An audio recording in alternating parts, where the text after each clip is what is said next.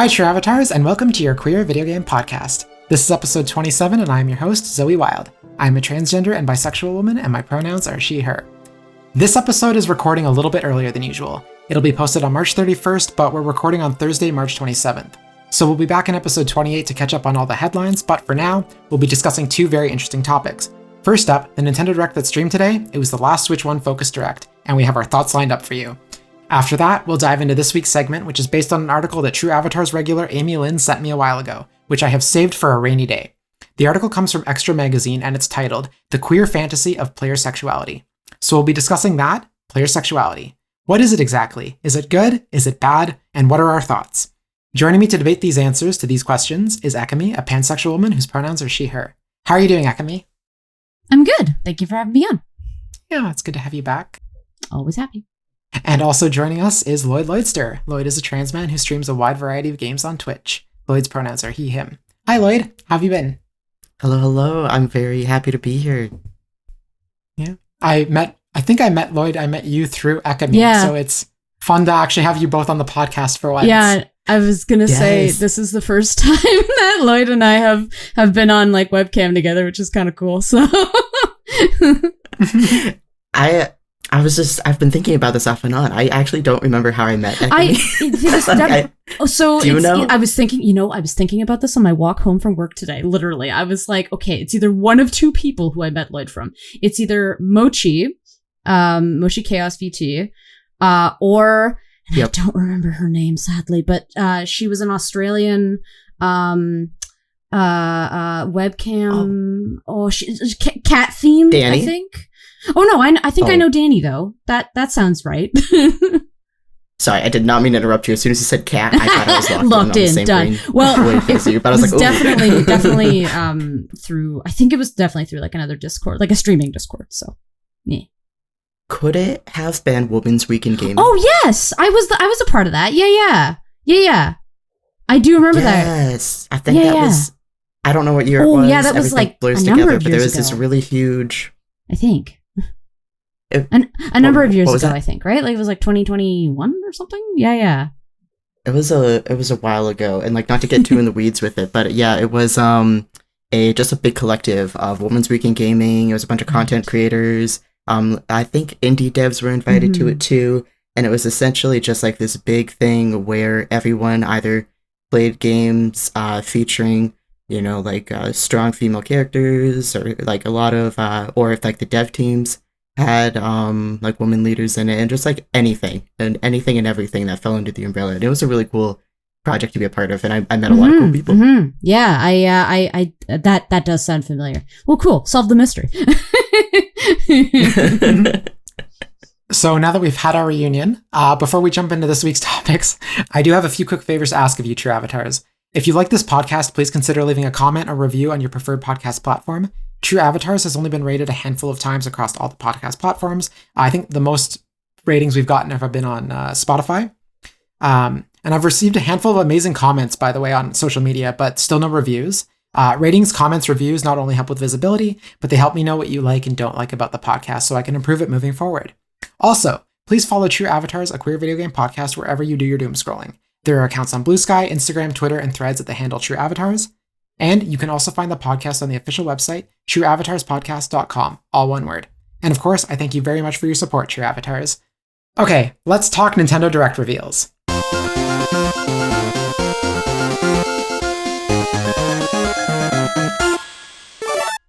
So, did you both watch the Nintendo Direct? Yes, on my lunch. Yes. So I guess we'll cover, we'll kind of talk about the games we were most excited about, but I did find some like loosely queer related content from the Direct, and it's Nintendo, so it's pretty rare when there's like, it's funny, Nintendo has a huge queer fan base, but very rarely any queer games, but there were a few games in the Direct itself that are like queer or queer adjacent that I thought we'd cover really quick.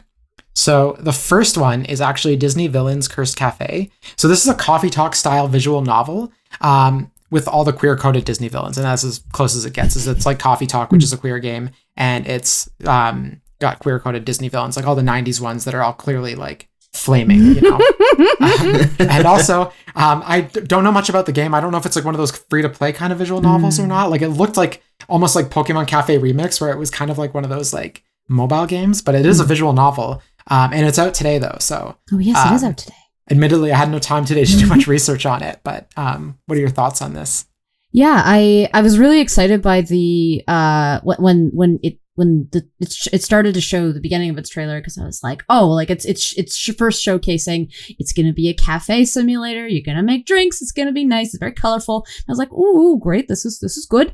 And I admit I'm not a huge like Disney fan necessarily. I grew up on Disney. I like some Disney stuff, but if like I'm not drawn to like play like Disney Dreamlight Valley, for example. Like I'm like, oh, that's cool. So then when the villains came up, I went, oh, it's a Disney game. Well, I'm happy for the fans, and I moved on.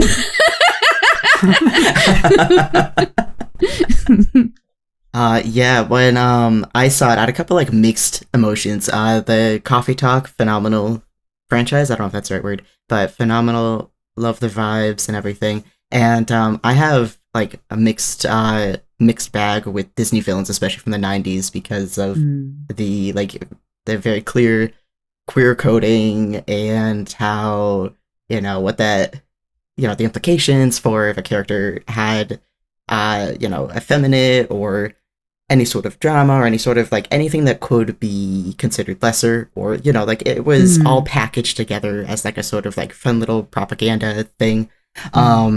So I have some unpacking, but also there's some lovely 90s villains, and I love villains.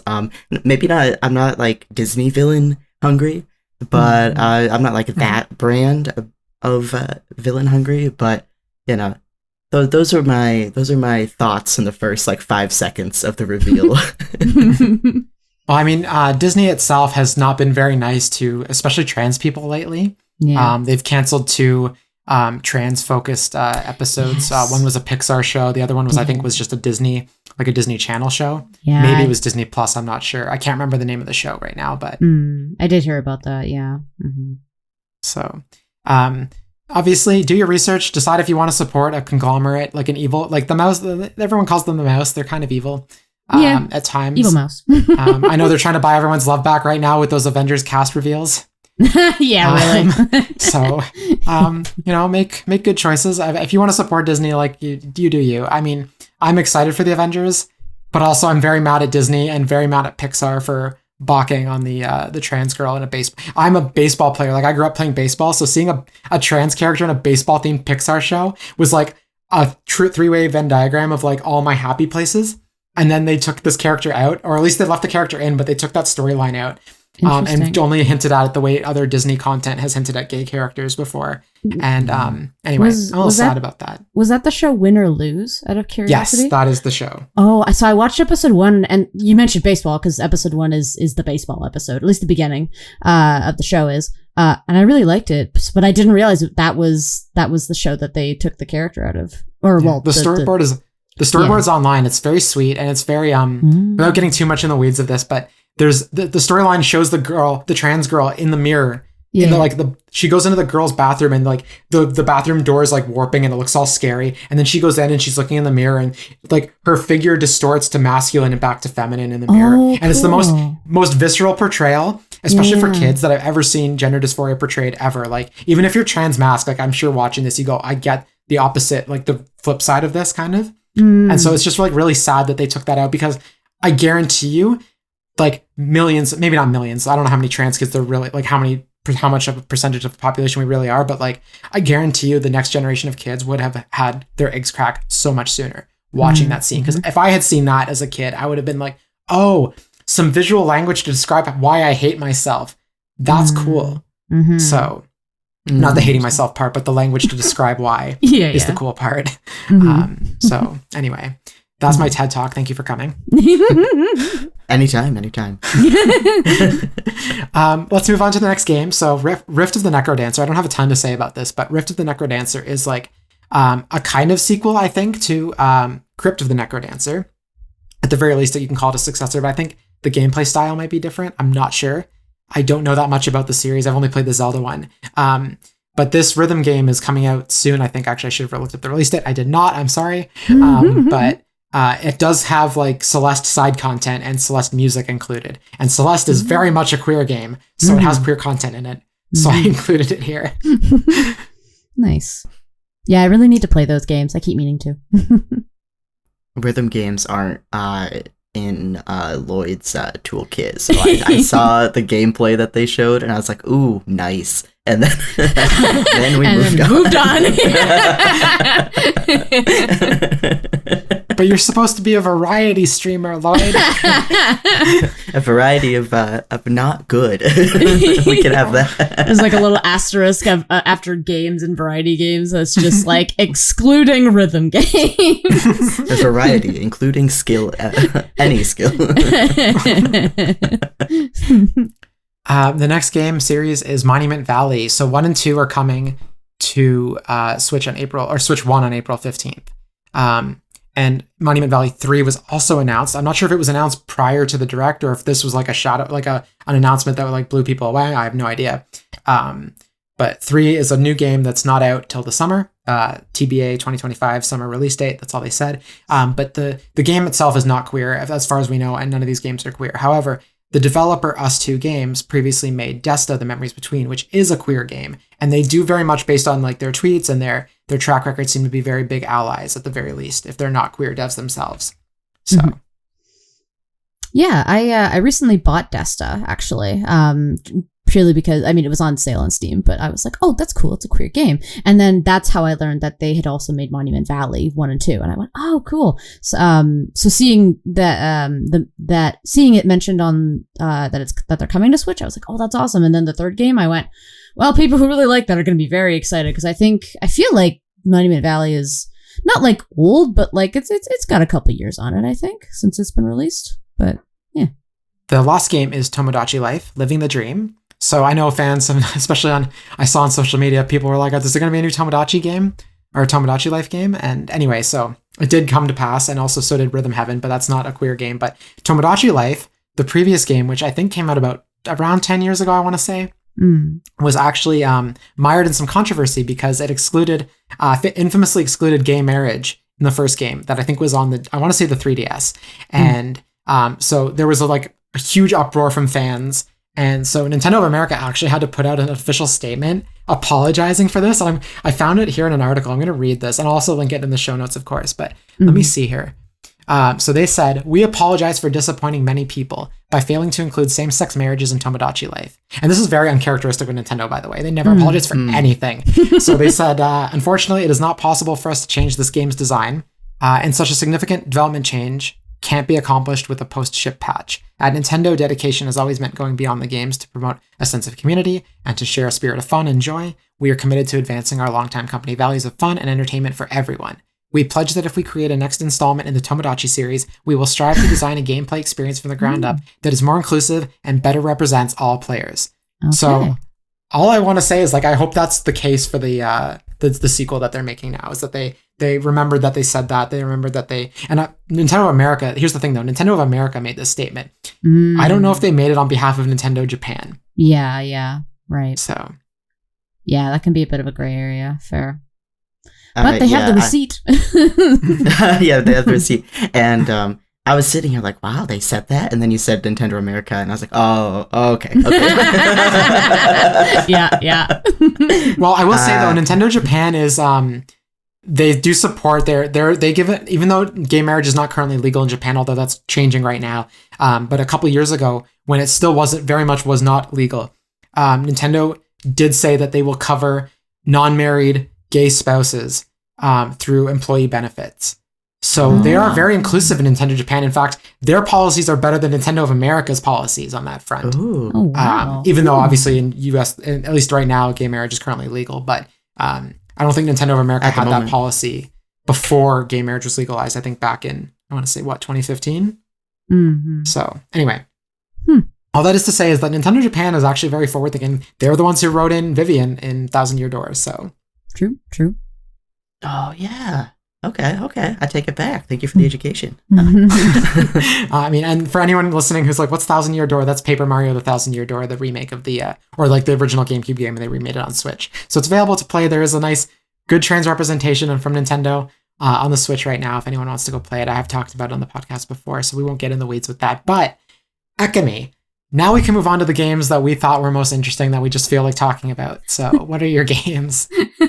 Sure. I was saying before we started recording, I have a little post-it note of just like a small bunch of games that I wanted to talk about that I was like watching the Nintendo Direct, just furiously writing on this blue post-it note at work.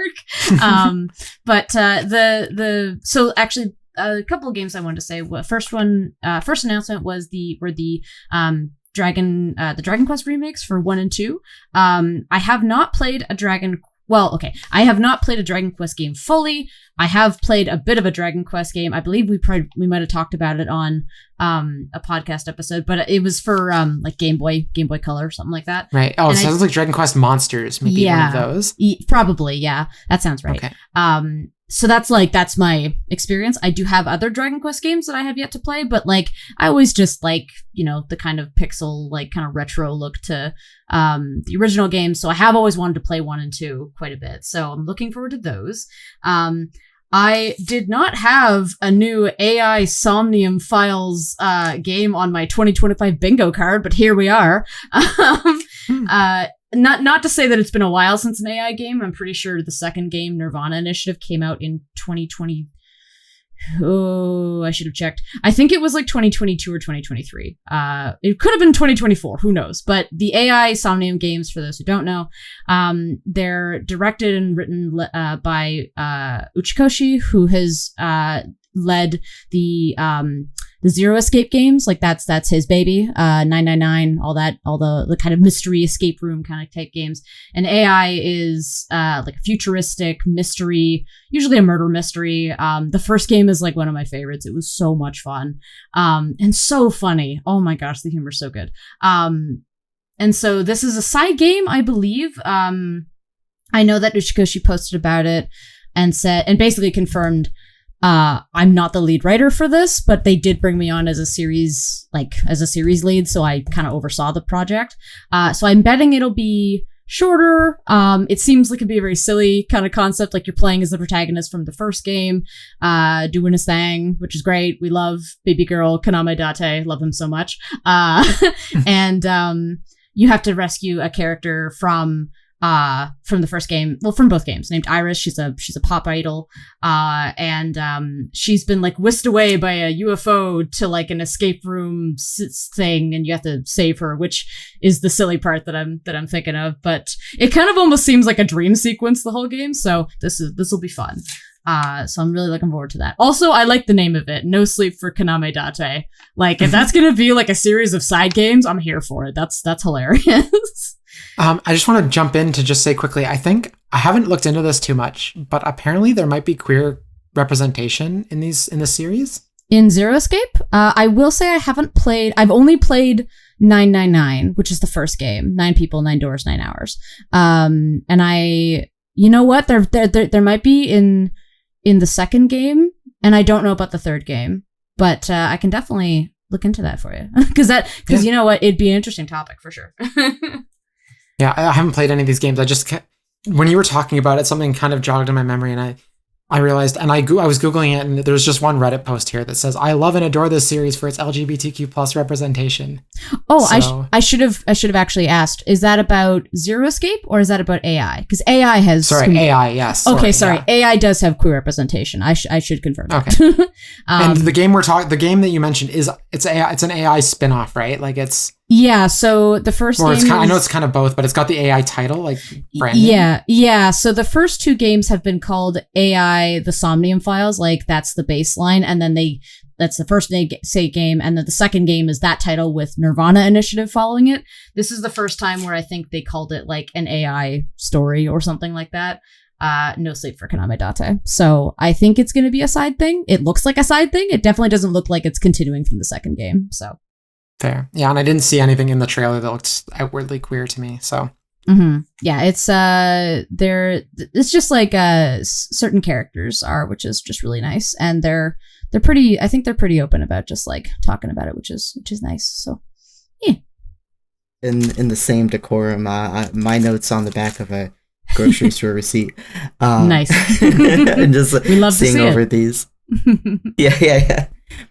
Stream of Consciousness, Patapon, 1 and 2 replay. I don't know the franchise at all. I've been the most casual of Nintendo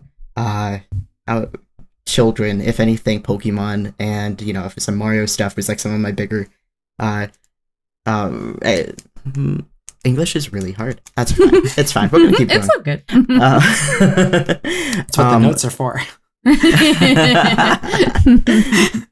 Here's the thing. I was like, I'm not gonna write out full sentences, because if I write out full sentences, I'll just read them, and then I won't have any other thoughts. And then there's but no soul. That's right. There's no soul. You put the soul in the full sentence and read the sentence as if you're saying it for the first time. That's what I do. Past me should have done that. Set up the soul ahead of time, because right now I've just got fragmented thoughts, and the souls. We'll summon it. It's fine. Well, Patapon, I guess for any listeners, Patapon is traditionally a Sony exclusive series, and it's coming to. There's 2 games that were announced for Switch that are actually being funded and published by Sony. Anyway, I just thought I'd jump in there and note that, because I think that's super interesting that Sony is starting to go third party a little bit. Mm-hmm. And that like adds more to my confusion on how I've never heard of this, because I thought I was a Sony kid. But anyways, my note for this one is adorable, but will have me screaming. And specifically, I saw the button combos on the screen, and I was like, "Oh, this is great!" And then I was like, "If I have to memorize that, this is gonna suck." Like the narrator, the person presenting, he was like, "Hit these 4 buttons to attack," and I was like, "Ooh, cute, attack, great." Hit these buttons to retreat, or whatever the other thing was. And then by that point, I was like, oh, maybe I'll watch someone play this. It'll probably be fine. But that was like, immediately, I was like, oh, if I have to memorize any of this, I can just see the moments. I can just see them. Just sending all of my cute, adorable things into uncertain danger. So that was that one. The other one that really grabbed my attention was Eternal Life of Goldman. That it's all hand drawn. It shows really. It really does. All of the little sprites for all of the little critters and all the enemies and the main character. And I don't know entirely what the plot is, but how it was presented was you play as this old guy, and you have a staff or a walking stick, and it introduced this sort of like upgrade mechanic where you I don't know if it's in a suitcase or what, but there's at least 3 different segments. The walking stick seems to be broken up into 3 different segments, and the base, the middle, and the top. And I don't know the extent of these upgrades or anything, but just I absolutely love any sort of prophecy or save the world thing that doesn't involve an 11-year-old child. So valid. Yeah, right. So this main character being this old person, I'm like, this is so charming. This is so lovely. So I'm kind of excited to see that one. Yeah, it looks like Cuphead. Just the way the enemies were kind of animated with the way the amount of frames they had, it looked very Cuphead like to me. I could see that. It looked very pretty. Mm-hmm. Yeah, it did. It looked gorgeous. Then the other one that I was like, ooh, is Story of Seasons, Grand Bazaar. I haven't played any of the other Story of Seasons games, but I do love a really good store manager, especially when managing the store relies on you either get the products from hunting or killing things, with Moonlighter, or with and in this game it seems to be more you're selling things from your farm or however else you get the items, and it's got a bunch of Stardew Valley level you get some romance stuff you could be doing with interacting with the village, and there's these so many different levels to this game, and I was like, ooh, that looks lovely. And you're managing the prices in your store too. Not store really, it's the bazaar. So I was like, ooh, that looks kind of neat. You covered all the games I crossed out on my list. Thank you. No, I didn't cross them out. I just crossed them out for time, and I was like, I hope someone else covers these. We got you. We're good. We got you. And So actually, I guess on theme with accidentally melding with your list, I'll mention Witchbrook College, and then I'll let you like scoot That's on perfect. in. That's the one I was gonna cut next. Oh my gosh, same wavelength, same wavelength. Perfect. We're in sync. My first thought, a couple seconds in, I was like, anything to chip away at Joanne's legacy. So her chokehold on wizarding schools, anything. Love this. Let's blow this up. Let's like in like a good way. And then as I kept going, I was like, ooh, this actually looks like a really lovely, like all the sprites and stuff. You know, the music seems lovely. The vibes seem lovely. This seems lovely. Oh, it looks so pretty too. Like it just like the gorgeous like SNES kind of style, like Game Boy Advance pixel art. Like it was just eye candy. Like even if I didn't enjoy the gameplay, like I could just watch gameplay for hours just to like see the visuals. Yeah, and I'm looking forward to this one too, because it's from Chucklefish. And there's another game that I've played from Chucklefish. I believe it was called Starbound. It was really fun. It was a co-op, or could be a co-op, but it was a multiplayer game where you're on a planet and you're exploring, and it's a little bit like, you know, you build your setup and you go and explore the area, you gather resources and stuff. And their pixel art is gorgeous. Like it was similar in its look to Witchbrook, but Witchbrook is taking it like a next step, which is really nice to see. Sorry, Lloyd, we keep cutting you off too to like jump in and note things. I'm sorry. No. Or at least I do. I'm apologizing on behalf of Ekamy. She cut you off once. I've cut you off like 200 times. I just cut you off again. Well, I apologize. What's really funny is I was like, I just monologued about 3 games. This isn't an interactive conversation. And then for you to be like, I'm so sorry for cutting you off. I was like, wait, what reality was I just living in? So we're not in sync anymore, it turns out. Just a couple seconds, you know? But no, those are my big ones. Just to be completely out of sync, random note from Villain Cafe. I didn't say out loud because I forgot it existed. I have Yzma being an entrepreneur. Go girl. Yeah. Wrong lever. Yeah, that I was actually really glad to see. I was like, I apologize for cutting you off, but no, please go. No, I was just gonna be like, whoa, Yzma, like I never see her in anything. That's pretty cool. Like, I'm down for that.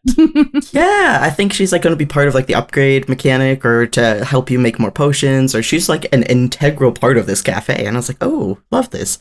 We love a girl boss. It's very in character if she's like helping you with the potions, right? Because like that's her whole thing. So that's cool. Yeah. Emperor's New Groove is one of my favorite Disney, like their original movies, like their like core, like whatever 50 movies they've made that are considered the Walt Disney Animation Studios movies. That's like among my favorites. I love that movie. It's very good. Okay, I'll jump in. I guess if everyone's done theirs, I'll say mine. Sure. Okay. So we covered a lot of the ones that I was like going to cover just in case we didn't, but actually I have 3 games actually. So perfect. 3 games. So the first one I talked about on the podcast back when I did the Game Awards. I think I was just me on that episode. But Shadow Labyrinth was revealed at the Game Awards back in December. And this is a Metroidvania, or at least kind of a Metroidvania, kind of a 2D platformer, about Pac-Man, but it's like this post-apocalyptic game world where Pac-Man is like this possessive like robot ghost thing, and he possesses this dude's body and just like uses him like a puppet to like get his way through the world. And I think he's trying to take over the world. It ties in with that secret level episode of Pac-Man. Anyway, it looks fucked up. And I'm here for it because like anything Pac-Man, it looks amazing. They announced Pac-Man DLC for Super Monkey Ball, and I still haven't booted up the new game, but I bought the Pac-Man DLC just because it added Pac-Man. So anything Pac-Man, I'm good for. I'm like, and Bandai Namco is listening to this, even though I don't really like that company very much. They sometimes make games I want to play, but if they're gonna make anything that I want to play, please do Pac-Man World 2. If anyone's listening to this, just Pac-Man World 2 remake, please. I'm begging. But anyway, yeah, so Shadow Labyrinth is exciting for me. I don't know if either of you have any thoughts on this game. The first couple seconds, I like was squinting at it, and then I literally yelled, "That's from that episode, isn't it?"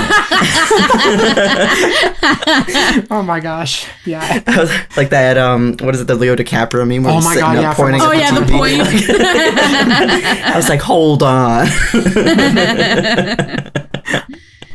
Yeah, go on. Oh, I was just gonna say I don't know how they're gonna make a whole game out of it. It was an interesting concept for an episode, but I don't know how they're gonna make a whole game out of it. But yeah. Mm-hmm. I remember hearing about the game a few months ago, I think, at least, and that was before I'd watched the secret level episode. So I remember watching or hearing about it, and I was like, what on earth are they doing with Pac-Man? Like, this is all right. Like, and at first I was like, actually, honestly, I saw it the first time and I was like, they're ripping off Pac-Man. What is going on here? And then then my partner and I watched the secret level episode, and literally I just the episode finished and I went, oh, I understand now. Okay. My first thought seeing the trailer was Pac-Man World 2 Remake died for this. And then after I got over that betrayal, I was on board. Anyway, sorry, Lloyd. I saw you were about to speak, and I don't want to cut you off again. No. I had a question for Ekamy. Something you just said made it sound like made me have a chicken or the egg moment. What do we know? What was first? Was the episode a promotion of the game, or did the game had to have come first? Right, because games take longer than that to develop. Okay, yeah. I know the answer. It was the game. It was the game. And I think they've tied it in with the marketing for the episode, like Bandai Namco reached out with Amazon, and I think that's at least what I heard at the time. I don't have a source for that, so I'm probably not linking that in the show notes if anyone's wondering. I try to source everything that I include in the podcast just to be ethical, but I don't know I'm not 100%, I'm 95% certain the game came first, and that's what I read, so. That sounds right. I might just be being too critical of the game. Granted, we only saw a couple seconds of it, but it felt very movie to game adaptation that I saw in a lot of early 2000s kid movie to game. So I guess it's just where my brain went. And I remember thinking, I was like, I don't think they cooked as hard as they thought they did with this concept. I was like, did they think this episode was awesome? It was cool. It was neat. It was kind of like Black Mirror, but Pac-Man. Pac Mirror. I think visually, aesthetically, it looks better on the PS5 if you go back and watch the footage from, or at least I guess it's PC footage probably at the Game Awards, but I think the visuals look better there. I thought on Switch it looked kind of not great. It made the art style they picked, which is very kind of cartoony for something so dark.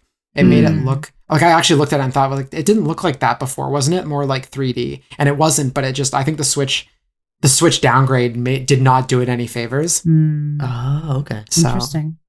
Yeah. But anyway, let's move on, because the next game I have is The Legend of Samus: Breath of the Wild. Metroid Prime 4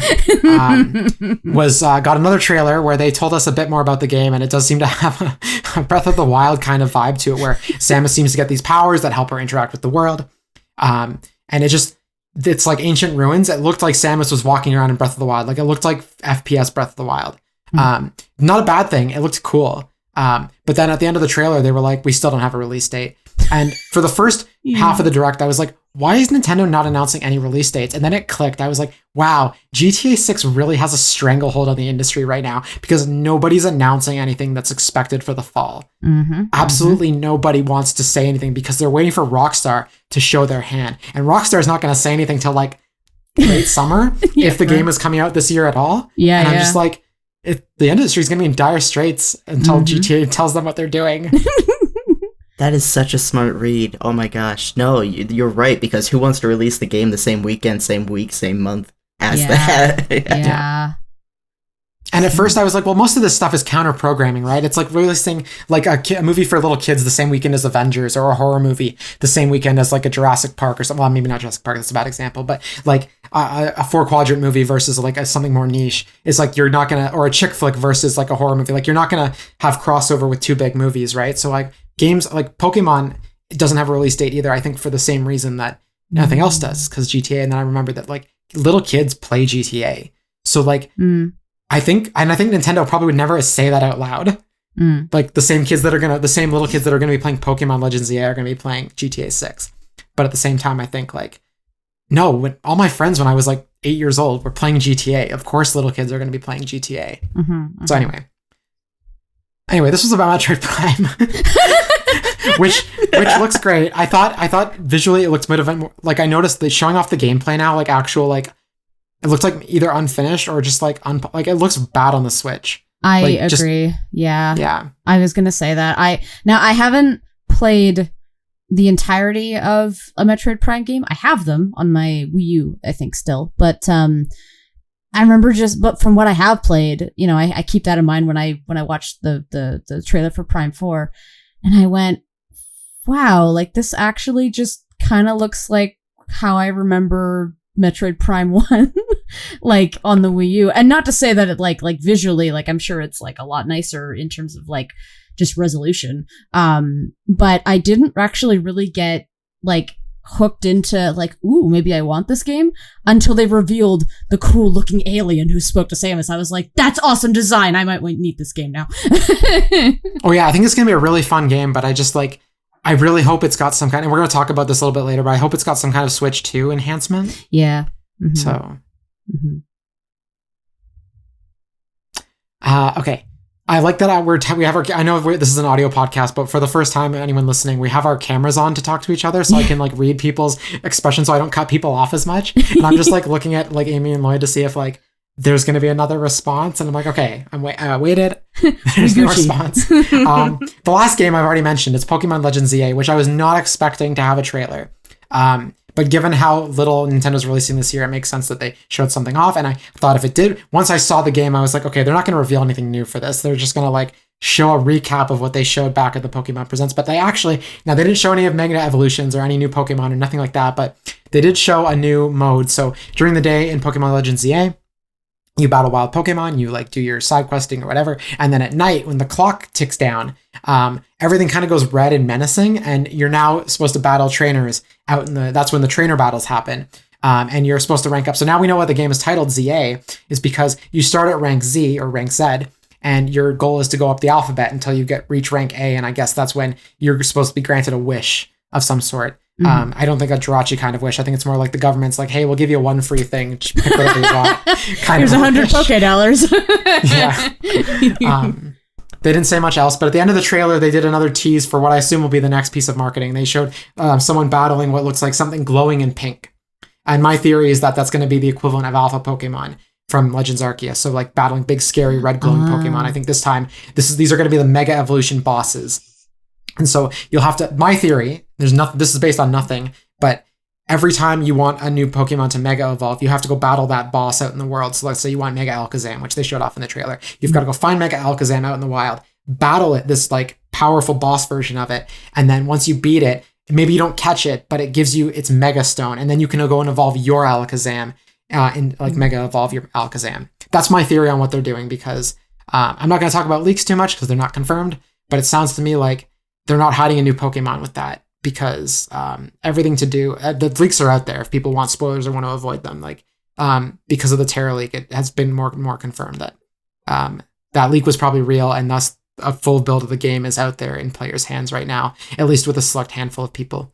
Wow. So if they didn't spoil what that glowing thing was, for the record, I have no idea, I'm guessing, but they did spoil the Mega Evolutions that are in the game. Mm-hmm. So interesting. And they did spoil that there, and I will spoil this because it's going to get people's hopes up. If they're expecting new Pokemon, the Pokedex is not going to increase in count at all. It's just going to be new Mega Evolutions. No regional variants, no mythicals, no new legendaries. The A does not represent a legendary like we thought. It's called ZA because you're ranking up from Z to A. So anyway. To hear that there's no new Pokemon here, I was kind of just sitting here like, don't shit on it. But I just... Give us some region variants or something. I don't know. That just the fun of Pokemon is new Pokemon. I get eventually you're gonna be like run into like Yu-Gi-Oh levels of we have too many new things coming out constantly and the universe is expanding too much.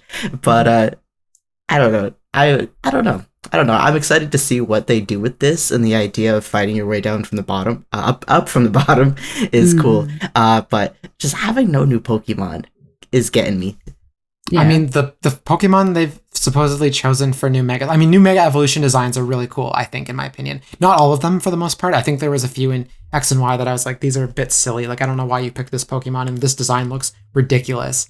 2 Charizards, like one of them kind of looks really silly to me. But, yeah. But for the most part, like the Pokemon they pick and then like the new forms they get, the new powers they get are similar to like regional variants where they don't add like a quote unquote new Pokemon to the Pokedex, like a new number. But like when they added like a Alolan Raichu or a Alolan Sandslash, like it's a new Pokemon because they've redesigned an old one and given it a new typing. So it's kind of so seeing those megas to me is like also exciting in my opinion. Like otherwise, yeah, I'd be really disappointed, for example, not getting regional variants or like a new legendary that's in the game for you to catch. I think, just knowing like, hey, this Pokemon you really like is getting a mega evolution. Now you're gonna like have more fun playing with it because it's new. So, and I think it's interesting to talk about like what you were saying, Lloyd, like if you are feeling a little like if you were like, oh, I wish that there was some new Pokemon, or I wish I saw something different and new, like that's interesting to note for this specific game, because this is a Legends game, being that Arceus was like definitely a whole new step in a different direction for Nintendo. Like that's actually, I remember when that got announced, when Arceus got announced, I was like, oh, I'm going to buy this game. I have not had a want to buy a new Pokemon game for years until Arceus. Like literally, I'm pretty sure I went from like Pokemon X to Arceus. Wow. And I was like, this is cool. It's new. It's different. I like. It's shameful too, but okay. Well, okay, but Yellow is my favorite because that's the one that I grew up with. But you skipped Let's Go Pikachu Eevee? Yeah, I almost got it. I don't know. I didn't get around to it, but yeah. So don't invite Amy back to the podcast next week. Sorry, just making notes here. Don't. Oh yeah, don't mind me. Yeah. No, just because like it. And then when Zede got announced, I was like, oh, okay, well, like this entices me because it's Lumia's city. Like, I love X. This is a good nostalgia boost for me. I really like this. And it's different because it's X and it's kind of like the area of X, but in a new way.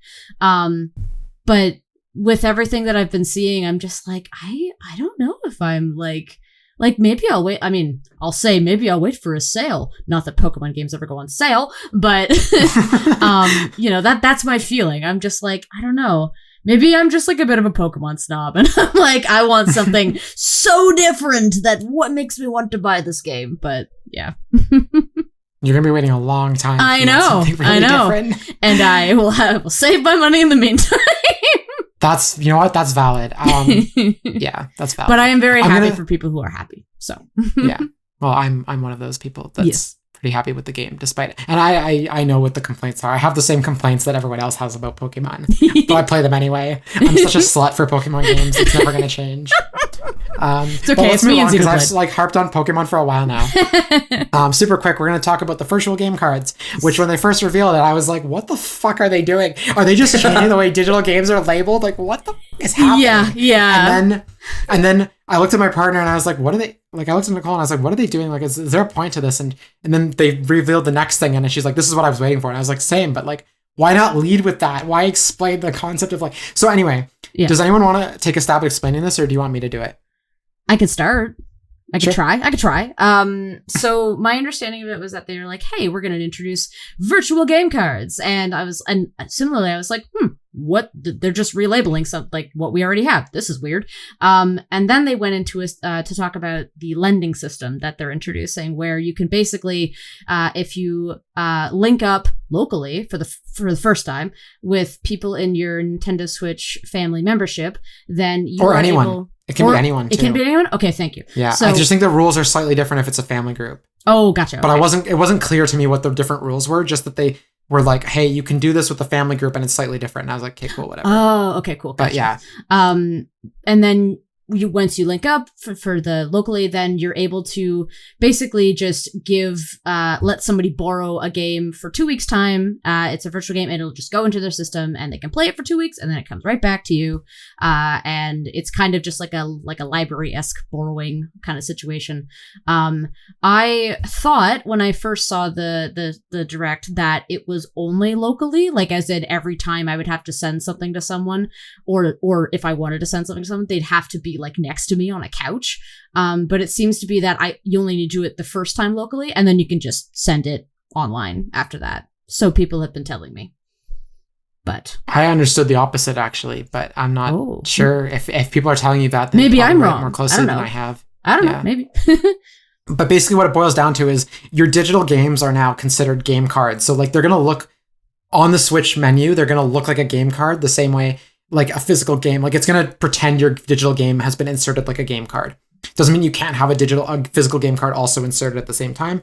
It's just they're like rebranded it to make it look like, treat it like game cards. So that way when you're sharing something, you understand your digital game card is being shared like a physical game card. So I don't know if you can still play it while you're blending it out to a friend, but you can now lend out your digital game cards the way you would be able to, like, I would say, like, give my cartridge to Lloyd and let him play my copy of Legends Arceus on his Switch.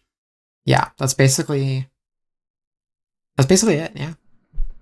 Like because when I heard it, I was like, okay, that's pretty cool. But like hearing you both go over it a little bit more, all I'm picturing is like a middle schooler or a high schooler running this like local game rental ring. Like give me $5-10 and you can play the newest Pokemon game for 2 weeks. Like, and they just like rotate it. So Charlie Bartlett, but with Nintendo games. I mean, that's probably an esoteric reference. I don't know if anyone knows what Charlie Bartlett is, but everyone needs to go watch that movie. It's not queer at all. But anyway, because I brought it up super quickly, it's a Robert Downey Jr. movie with Anton Yelchin, Kat Dennings, right as Robert Downey Jr. was kind of coming back on the scene right before he did Iron Man. Anyway, I don't encourage giving out your prescription drugs, but that's what this movie's about. Is he sells prescription drugs in a bathroom. So when Lloyd said that, I was like, oh yeah, like that'd be cool, a Charlie Bartlett remake, except it's Switch games. I think I only know about Charlie Bartlett purely because you told me about it, Zoe. Oh yeah, I tell everyone. It's so good. Anyway, I was gonna say thank you for explaining, because I like polite laughed when you said it. I was maybe I'll look that up if I remember. But you know. I know when people give me the polite laugh, because I do the polite laugh. I've learned it so as not to upset people who I'm trying to like my boss, for example, will say something like that I do not think is funny. Yeah. Or any boss I've ever had, and I'll be like, haha, yeah, funny. Okay. Yeah. But you gotta mask up for that, you know? Mm-hmm, mm-hmm. So I recognize the mask. I'm so sorry. I'm not offended though. I just know what it was. Oh man. Amy also polite laughed, and she knew what I was talking about. I did, but also it was that I was like, I know the title. I don't remember what it was about, but I know Zoe's told me about it. But anyway, let's move on slightly, because they also apparently there's some fine print, and this comes from Wario64, but I found the article via Video Games Chronicle here. So there was some fine print text on the website talking about this game card stuff. And so anyway, I'll just read it and people can kind of like maybe clue in as I'm reading it. But compatible systems must be linked to a Nintendo account to use virtual game cards. Nintendo Switch 2 exclusive games and Nintendo Switch 2 edition games can only be loaded on a Nintendo Switch 2 system. So, at first you're thinking like, yeah, okay, they have terminology for Switch 2 games, sure. But if you think about it, Nintendo Switch 2 exclusive games are like your 3D Mario is that's coming out, like Mario Kart 9, which they've teased. That's a Nintendo Switch 2 exclusive game, as far as we know, anyway. But then Nintendo Switch 2 edition games, people are reading into that to mean that there's going to be an enhancement, the same way like PS4 games played on a PS5. You pay $10 for a patch that gives you like 60 FPS. It gives you 4K resolution on older games without a full-on like remake or remaster. It's like a quick and dirty remaster for games. And so people are wondering if like you can now buy like a Tears of the Kingdom patch on your Switch 2, and you'll get like, you pay $10 or whatever, and then it gets, 4K resolution, it gets 60 FPS. So just basically an enhancement patch. So people are wondering if like the difference between a Nintendo Switch 2 exclusive game versus a Nintendo Switch 2 edition game is like, oh, you're now playing the Nintendo Switch 2 edition of Tears of the Kingdom. But Nintendo's not one for like mincing their words. Like if Tears of the Kingdom was getting a Switch 2 like remaster, they would call it like Tears of the Kingdom Enhanced, and that would become an exclusive game. So I'm thinking instead of going through that route of like remastering all their games and selling them again for $90, $100 Canadian. Anyway, I'm on my soapbox here, but like people are wondering if like there's going to be like free patches or like small enhancements, upgrades to like older Switch games to make them run better, because as people know, the Switch runs like ass half the time. So yeah, I was just kind of reading through the articles we were chatting, because I hadn't had a chance to take a look at it, but that is interesting. I mean, I guess it certainly would be more appealing than obviously paying like $70 to $90 or more for just like an enhanced version. I know I like often if a game comes out where it's like, hey, this is remastered but not remade. Like remaster is just like, hey, we upscaled it, we made it look nicer. It's the same base, the same base design is still there. And usually when those happen or when those are announced, I'm just like, if I have access to the original, I don't actually mind just sticking with the original. But I mean, in this case, it could be like, with every generation of Nintendo Switch, gradually you're not going to be able to play the games that you used to be able to play.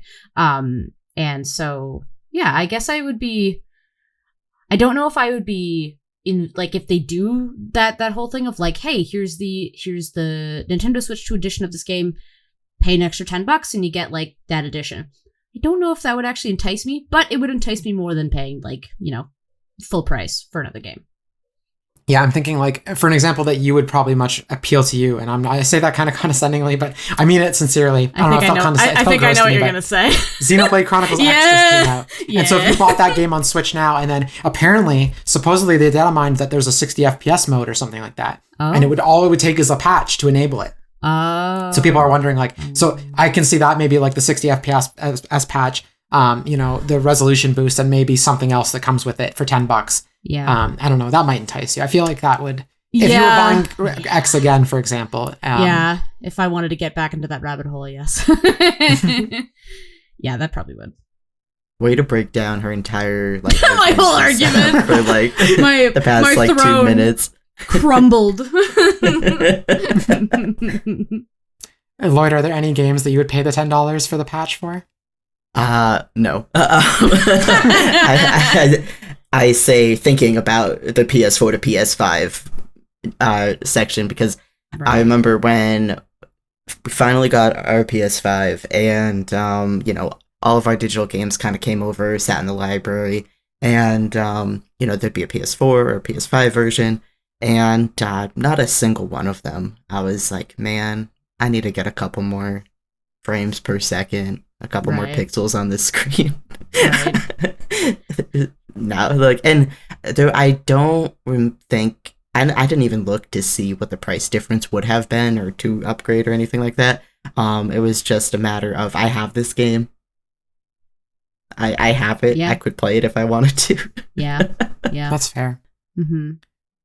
I only ever, on PS5 specifically, I don't think I ever paid for an enhancement patch. But I did, if there was like a free 60 FPS upgrade for Last of Us 2, for example, it was like free. I just installed that patch by default, which is great. But then as soon as they announced like remasters or remakes for some of these games that I already owned, I was like, this sounds great. Like Uncharted 4 again? Yes, I want that. Last of Us 2 again? I want that. I waited for a sale on those games, obviously. Yeah. But I felt more enticed to buy those for some reason. But then for the Switch stuff, I don't want to rebuy another Nintendo game. Like, I'm happy with the cartridges I have, but if that means like, yeah, certain games that didn't run super well, like I don't think they're going to do it for Pokemon. I don't think Game Freak is going to opt in, because they never do on that kind of stuff. But if Game Freak were to opt in on, say, Brilliant Diamond and Shining Pearl, or Legends Arceus, like some of the Pokemon, or Scarlet and Violet, God forbid, those are games I would rather like play with an enhancement patch if they're going to lock that behind a paywall. I think Scarlet and Violet should be free, given all the crap they pulled with that. Oh, but yeah. Mm-hmm. So, anyway, let's move on super quick to the fact that the mic drop moment at the end of the direct was the calendar app that Miyamoto was like, it's called Nintendo Today. Here's a free calendar for you. Nintendo Switch Online subscribers. It might have news, it might not. 2 thumbs up. Yeah. Oh, yeah. Yeah. No, I just, that came, Miyamoto announced it, and I went, so you're telling me that everything that we just experienced for the past 30 minutes could be in article form, could have been that. I mean, I know we're used to a Nintendo Direct, but I would have read articles about it for like the games that I saw. Like there was nothing here that I was like, oh my God, I need this game. I wasn't like, so excited, but, yeah, I was like, I don't know. Like, I mean, I have like the Nintendo Music app. I enjoy it. I like listening to stuff like when I work. I don't know. I don't really seek out a whole lot of game article websites. I mean, obviously, like, you would, for example, Zoe, because like you have this podcast. But like, I don't know. But like, it's weird because then they're just like, oh, you want Nintendo news? well, you can download this app if you have an account, and only if you have an account with us, when we can also just get this information like widely accessible on the internet. So I don't really know what they're trying to corner a market on. So if they are, it almost feels like they might have like had something else planned to reveal and they couldn't. And they're like, oh shit, get the calendar, break out the calendar. Oh, Alarmo didn't do so well. What was the other idea? Oh, the calendar. I know we spent like almost an hour talking about this direct, and I'm like, but my entire reaction to this direct, first off, when it was announced, is like, why are you telling us all this news like a week before the Switch 2 direct? Like, why did you wait until the last possible minute when we're already chomping at the bit for Switch 2? But also, at the end of this direct, because there was no release dates, there wasn't a ton of new information that was like you could like mark it. Like, it wasn't like, oh yeah, Metroid Prime has like new game mode. It was more like, yeah, psychic powers for Samus. And for Pokemon, it was like, oh yeah, okay, here's the trainer battles you've been waiting for. But none of it was like so mind-blowing that it needed a new trailer.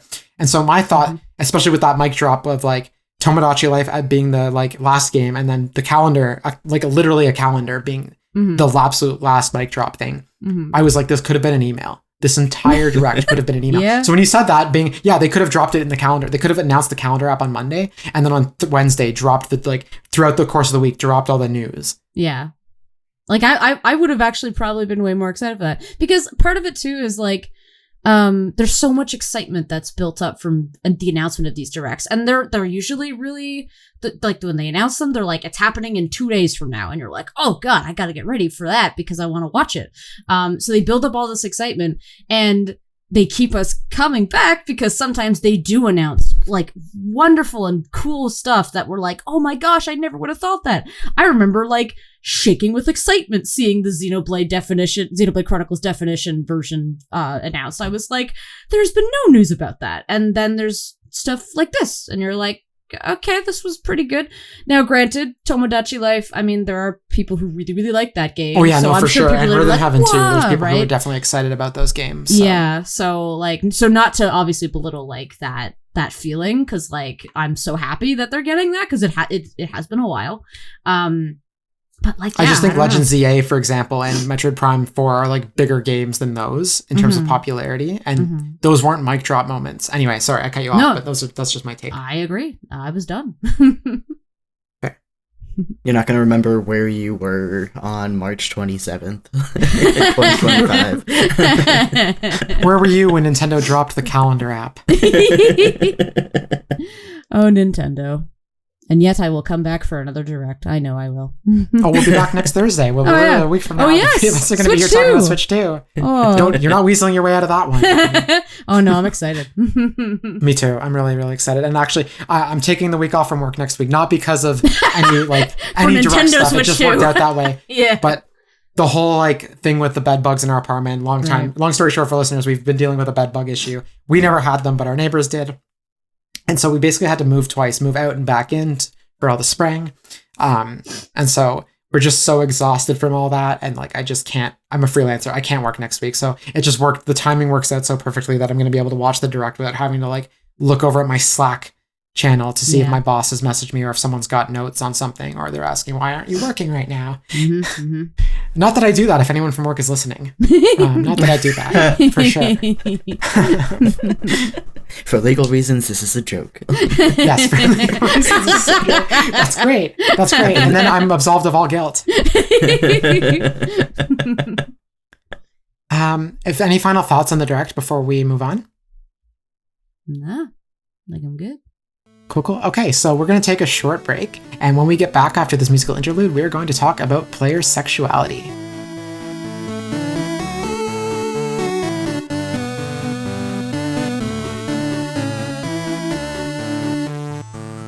Hi, True Avatars. We are back from the break, and Lloyd and Ekamy are still here with me. I know normally sometimes when I go for a break and I play a musical interlude, I have changed guests or something, but this time everyone is still here. We just took a break.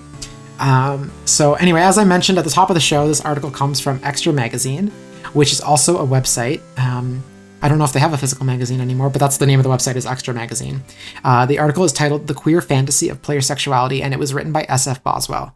So we're going to be reading snippets from the article itself, but I Do encourage all listeners to head over to the show notes and check out the full article for yourself.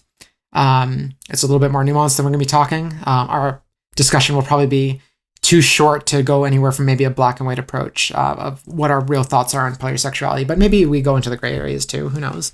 But anyway, for anyone who doesn't know and hasn't heard us talk about player sexuality before, player sexuality's definition, does anyone want to take a stab at it before I kind of just like monologue? Yeah, I'll try, but I know you're gonna get into like the actual. This is actually what it means, Lloyd. But thank you for trying. I'm trying not to teacher or professor this, but yeah.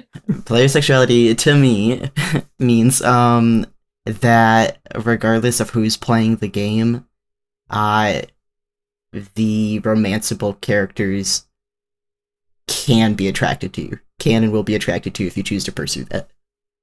Yeah, that's pretty much it. The way I was going to word it is like just a shorter version of that, but it's basically the same thing as like, yeah, the NPCs will be, romanceable characters like NPCs will be interested in the player character no matter their gender. So no matter who you choose, like for example, in Stardew Valley, when I play Stardew Valley, I can romance anyone I want, no matter if I chose a female player character or a male player character.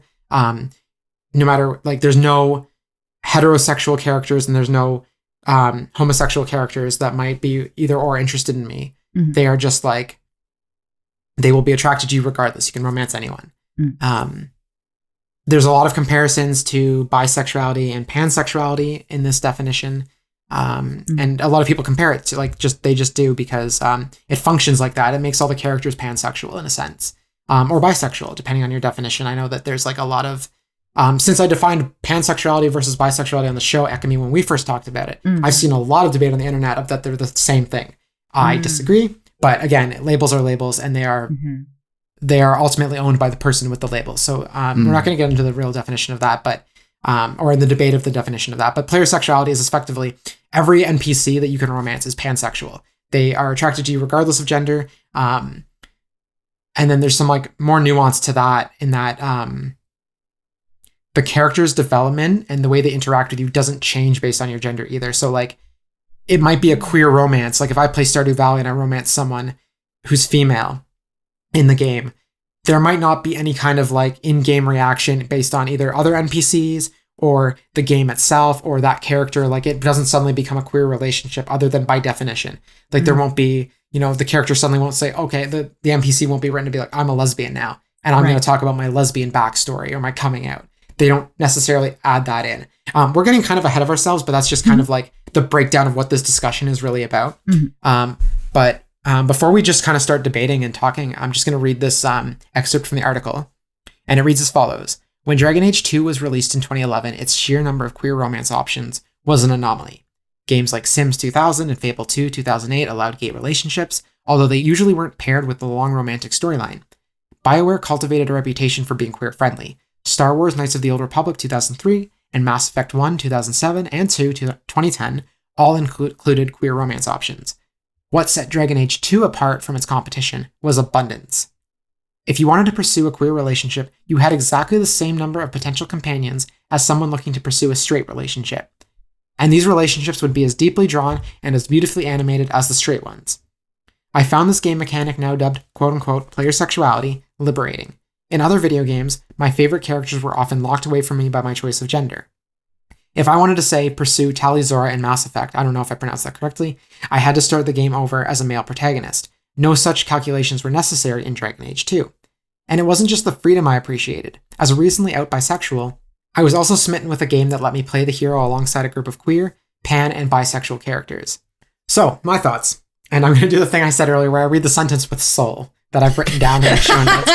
But like, at first glance, liberating does seem like a good choice of words for this because, at least at the time too, games that might not have been accommodated queer specific elements can now include them, as well as heterosexual romances under like a blanket concept, right? Like I imagine there's less development work and effort that has to go into like working on the nuances of that. Everyone is included by default. So like, yeah, anyway, does anyone have any thoughts on that? Just like as like player sexuality as like a good thing, like as a liberating concept? Yeah, I really appreciated that like reading the article and like I'm excited to get into this because the term player sexuality is something that's new to me. And honestly, something like the discussion that we're going to get into, like that the article also kind of goes into, like I'm excited to get into it because there's a lot of angles that I just hadn't really thought about before in a lot of games that I've played. And going back to the quote of like talking about it as a liberating experience, I mean,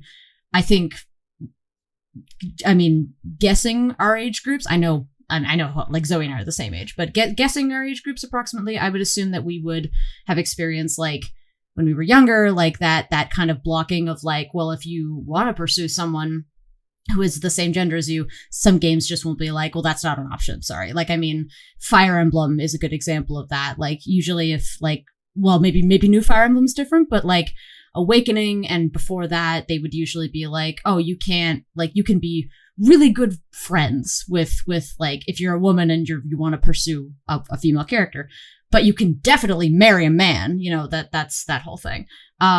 So the idea that like you have as many, like you have that freedom of choice, I agree, is really liberating. I think it's something that certainly has helped me in coming more or not coming more to terms necessarily, but like understanding my sexuality a little bit more now later in my life in my 30s, but like something that like playing these games has kind of started that like that consideration, that thinking of like, oh, maybe that is something that like is my sexuality and is something that I'm just exploring more. So it having those options in like a lot of dating sims that I've played has been amazing. It's been wonderful. So yeah, I'm excited to get into it. Yeah, I didn't know player sexuality was a word when I first heard it. I didn't really immediately have a definition for it based on just like the compound word. I was like, okay. And then I was like, oh wait, that thing that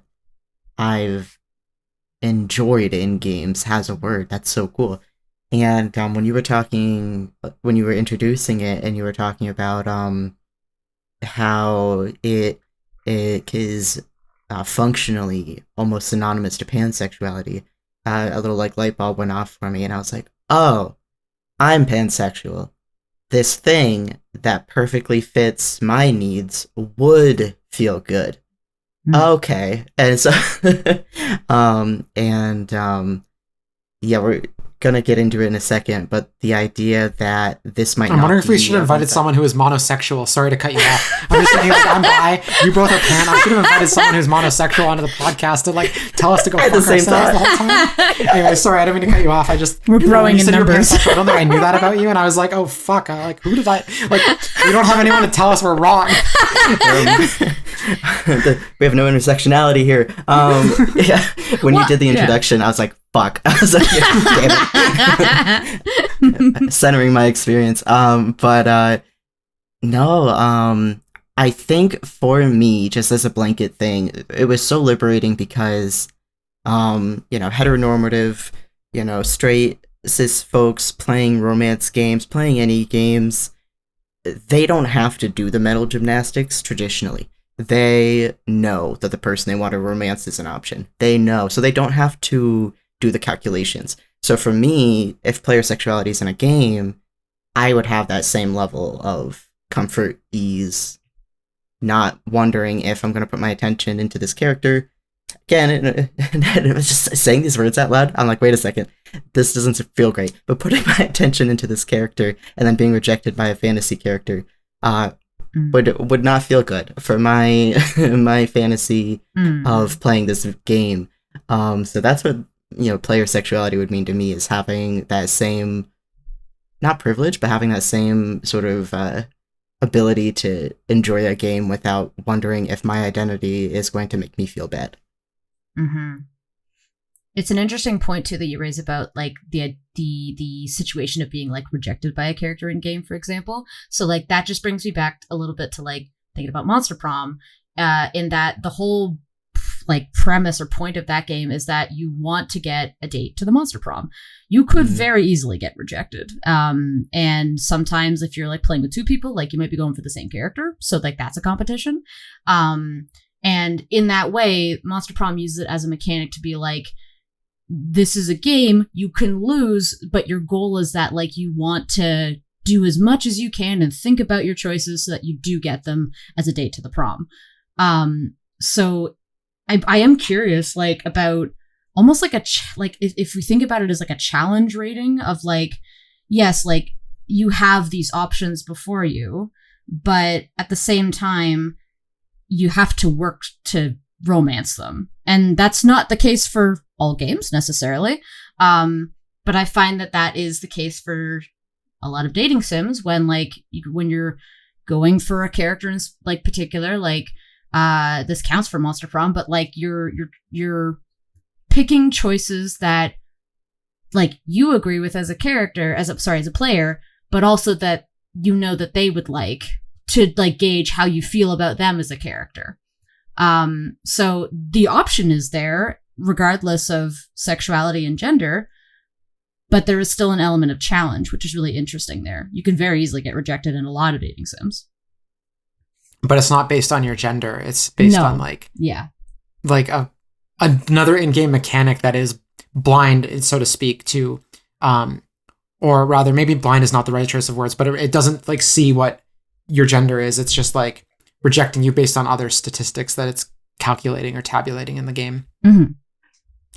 So let's just go through some examples then of some games that feature what is defined as player sexuality. And actually, I thought of another one while you were talking, although I don't know if it definitely wasn't programmed to be player sexuality. It's actually designed to be bisexuality. But anyway, I'll throw that one on at the end if I remember. But so we have Dragon Age 2 and Dragon Age the Veilguard, which just came out. So all 4 characters in Dragon Age 2 and all 7 in Veilguard are romanceable. My next example here, I'm going to let Lloyd take over because I have not played Boyfriend Dungeon, but the example is Boyfriend Dungeon. Yes, Boyfriend Dungeon is, and I am going to get into it a little bit more later, but for the context of player sexuality, it is a dating sim where your romanceable options, you get introduced when you go dungeon diving, and you meet them. And there's a lot of there's just like so much freedom to it, and it came to mind with the concept of player sexuality because you get whatever you put into that game. If you want platonic relationships, you get platonic relationships. There's all of these different kinds of people there. It's not just a bunch of attractive queer cookie cutter people. It is very different kinds of people, very different interests, very different. And so for all of them to be romanceable for the player character, regardless of which pronouns you pick or anything in character creation, it's all based on, story beats and dialogue options. It was, when I played it, because it came out in 2021, when I played it, it was pretty early in my transition, and for me, I don't know if this is a unique experience or not, but I had a lot of my identity boxed up very nice and tidy for like the first 90% of my life. And when I realized gender was a thing I wasn't living my truth in, everything else popped open at the same time. So it was 2021 ish where all of these like things started opening up. And so playing Boyfriend Dungeon and being like so comfortable and not like worrying about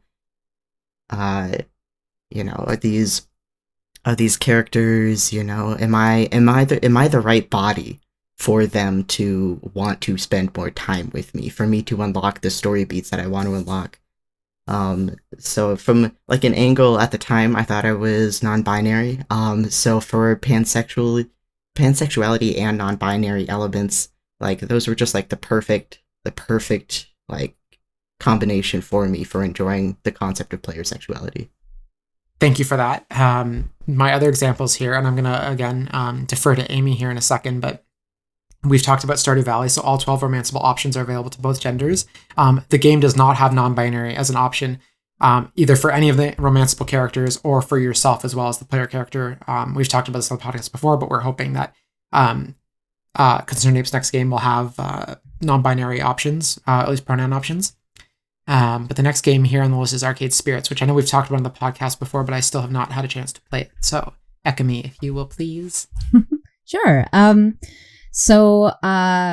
Arcade Spirits is a great example of just like having different options, different romanceable options for your character when you're working at the arcade.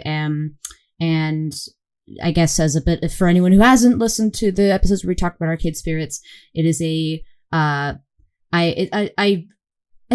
a bit of a stretch to call it a dating sim. I would say like visual novel. And the general premise is that your character is recently been hired onto to work at an arcade, and they've been you've been kind of down on your luck until this point. So you go to the arcade, you meet a very colorful and cool cast of characters, and in the end, it ends up being like we have to save the arcade from capitalistic bullshit, and it's very it's very empowering and fun.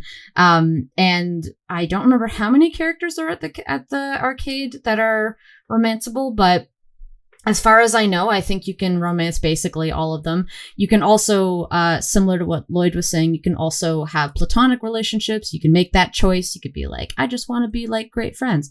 And the game very clearly identifies like what types of choices are what. So like if I remember right, I think there's like a color option, all the options are colored. So like if you want to go for the more logic related, like if they're a more logical person and you want to romance them, you can select blue. There's a neutral option, which is gray, which is like, maybe this, maybe not. And I think if you kind of mix a little bit of neutral in with maybe some other options, like the game does present to you like, hey, do you want to romantically pursue this person? Do you not? And you can just decide how you want to do that. And Arcade Spirits, similar to like as also a memorable game for me that kind of helped me explore my my sexuality more, and what has led to me having a better understanding that I feel that I am pansexual. Arcade Spirits is that for me. And it's an interesting situation because I talked about it on the podcast, but I was very much, I started the game and I already like my feeling about myself was that I was biromantic, not bisexual. Just I was like biromantic. That seems cool. That seems great to me. And then I was going for to romance a male character who has like a very sad story, but it's very good. And there's a little side story with a female presenting character named Ashley, and I just remember being like, wow, I'm having like such a great time. Like, oh, I love Ashley. It's like she's so cool. And then the game at the end of it all presented me with the option of like, hey, do you want to spend more time with Ashley? And then it clicked, and I was like, oh, I don't have to just go for this guy. Like, I actually had a really good time with Ashley. Now, I did end up still finishing his route because in my soul, I was like, I don't want to just abandon this route. Like, let's try it, right?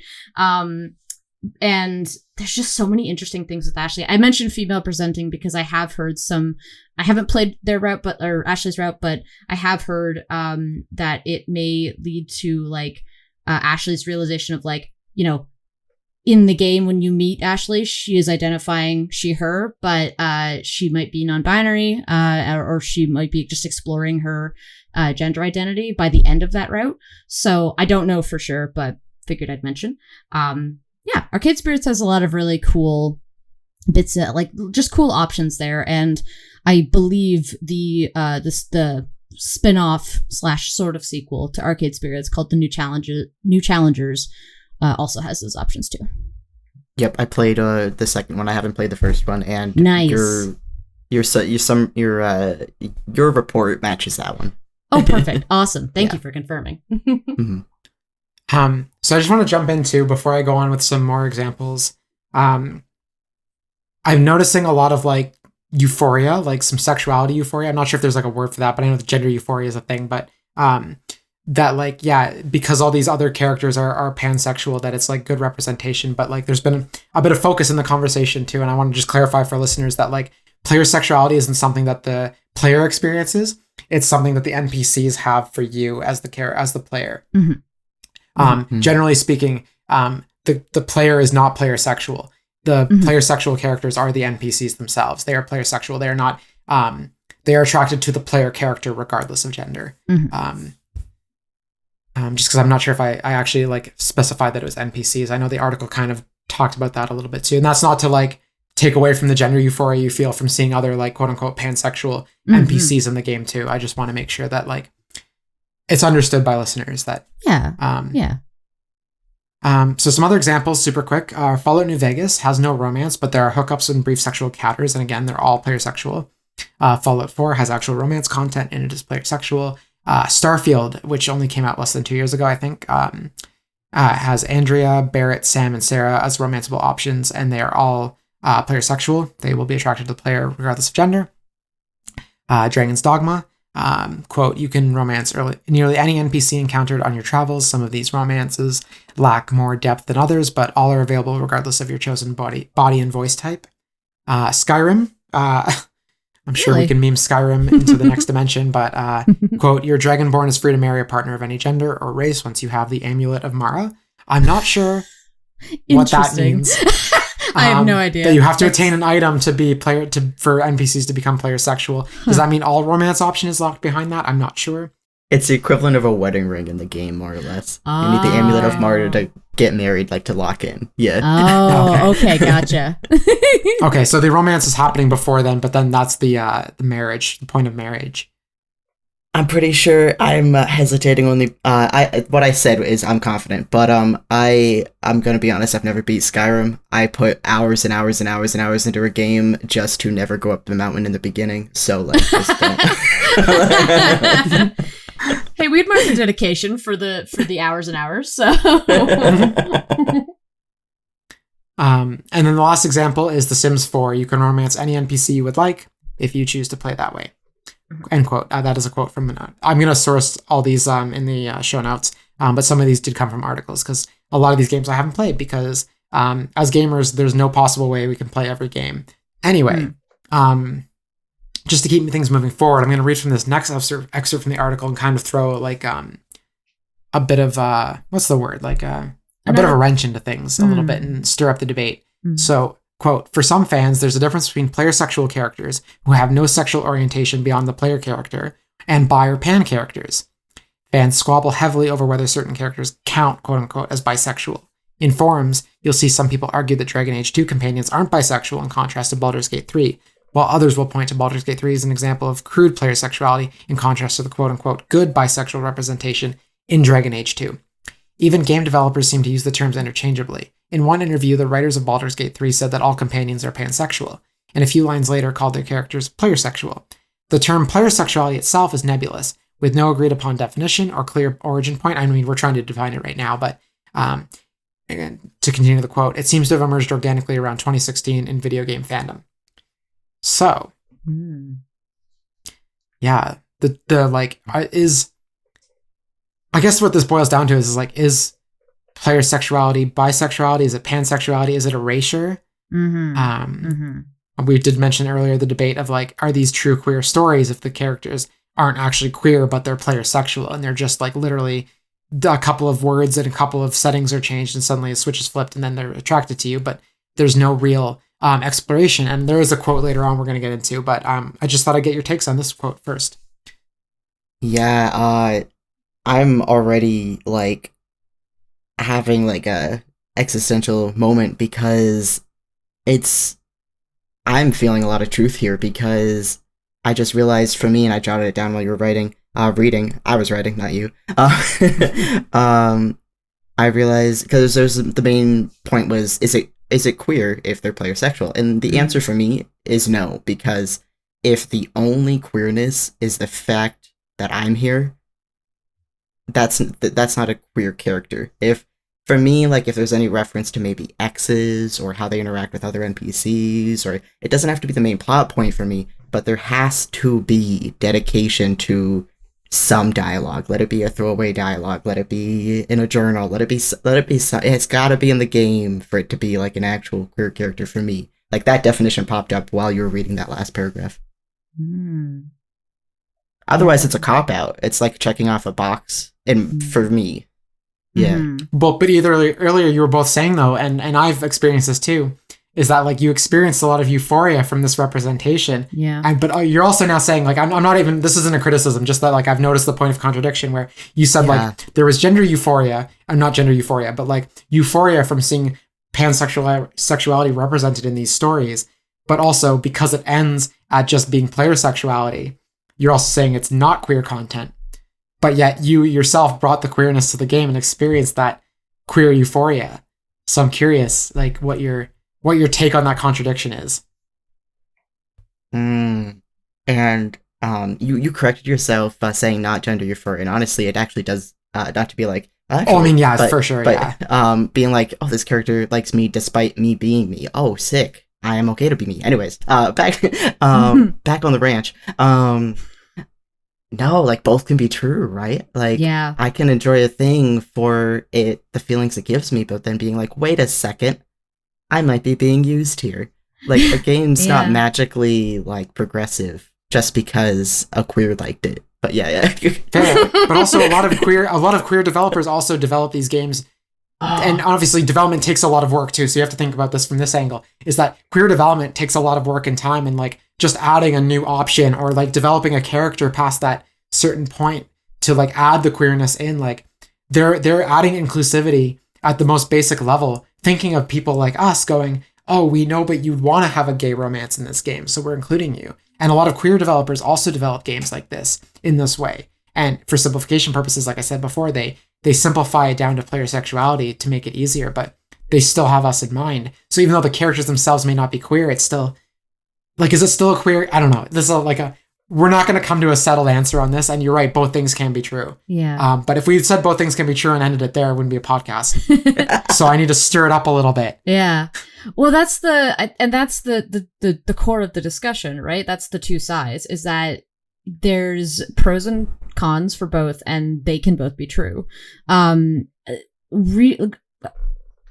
to both of you, and also having read the article a little bit, like I was like, yeah, I haven't really thought too much about like the erasure aspect of it, like the potential erasure aspect of it, right? Because like I would say, like, I mean, I'm thinking a bit to Baldur's Gate 3 because I played that more recently, and like in that, from what I have played of it, which I think I'm only on like Act 2 right now out of 3. I mean, I've basically chosen who I'm gonna romance, and he's been very like dashing and dapper, and I'm like, oh, okay, yeah, hi Halson, so we'll go for him. My partner Aries has just like kind of stumbled into a relationship, I guess, with Shadowheart, and it wasn't like he was going for her necessarily, but he was just like, okay, sure, like let's see what happens, and then it's it's cute and nice.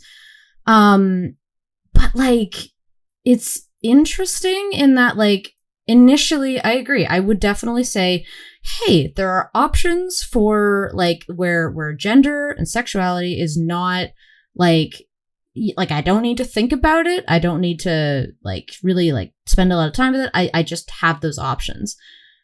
And at the same time, like, is it a more of a queer positive game if the characters that you're trying to romance or be platonic with, if they explicitly say, like Blade was saying, if they had exes in the past, or if they say, if they confide in you and tell them, maybe they say, I'm recently bi or something, right? Like that would be really, really nice. I mean, I don't know if Baldur's Gate, it sounds like it doesn't have that, because it sounds like they're, what you were saying, the devs said that they're the NPCs are player sexual, and at the same time, like, I don't know. So I'm actually, the other flip side of that too, and then I'm thinking about it, is that there's also been many arguments when people would say like, it's nice that there's there's queer representation if a character says like that they're bi, or like everything that they kind of hint at like seems to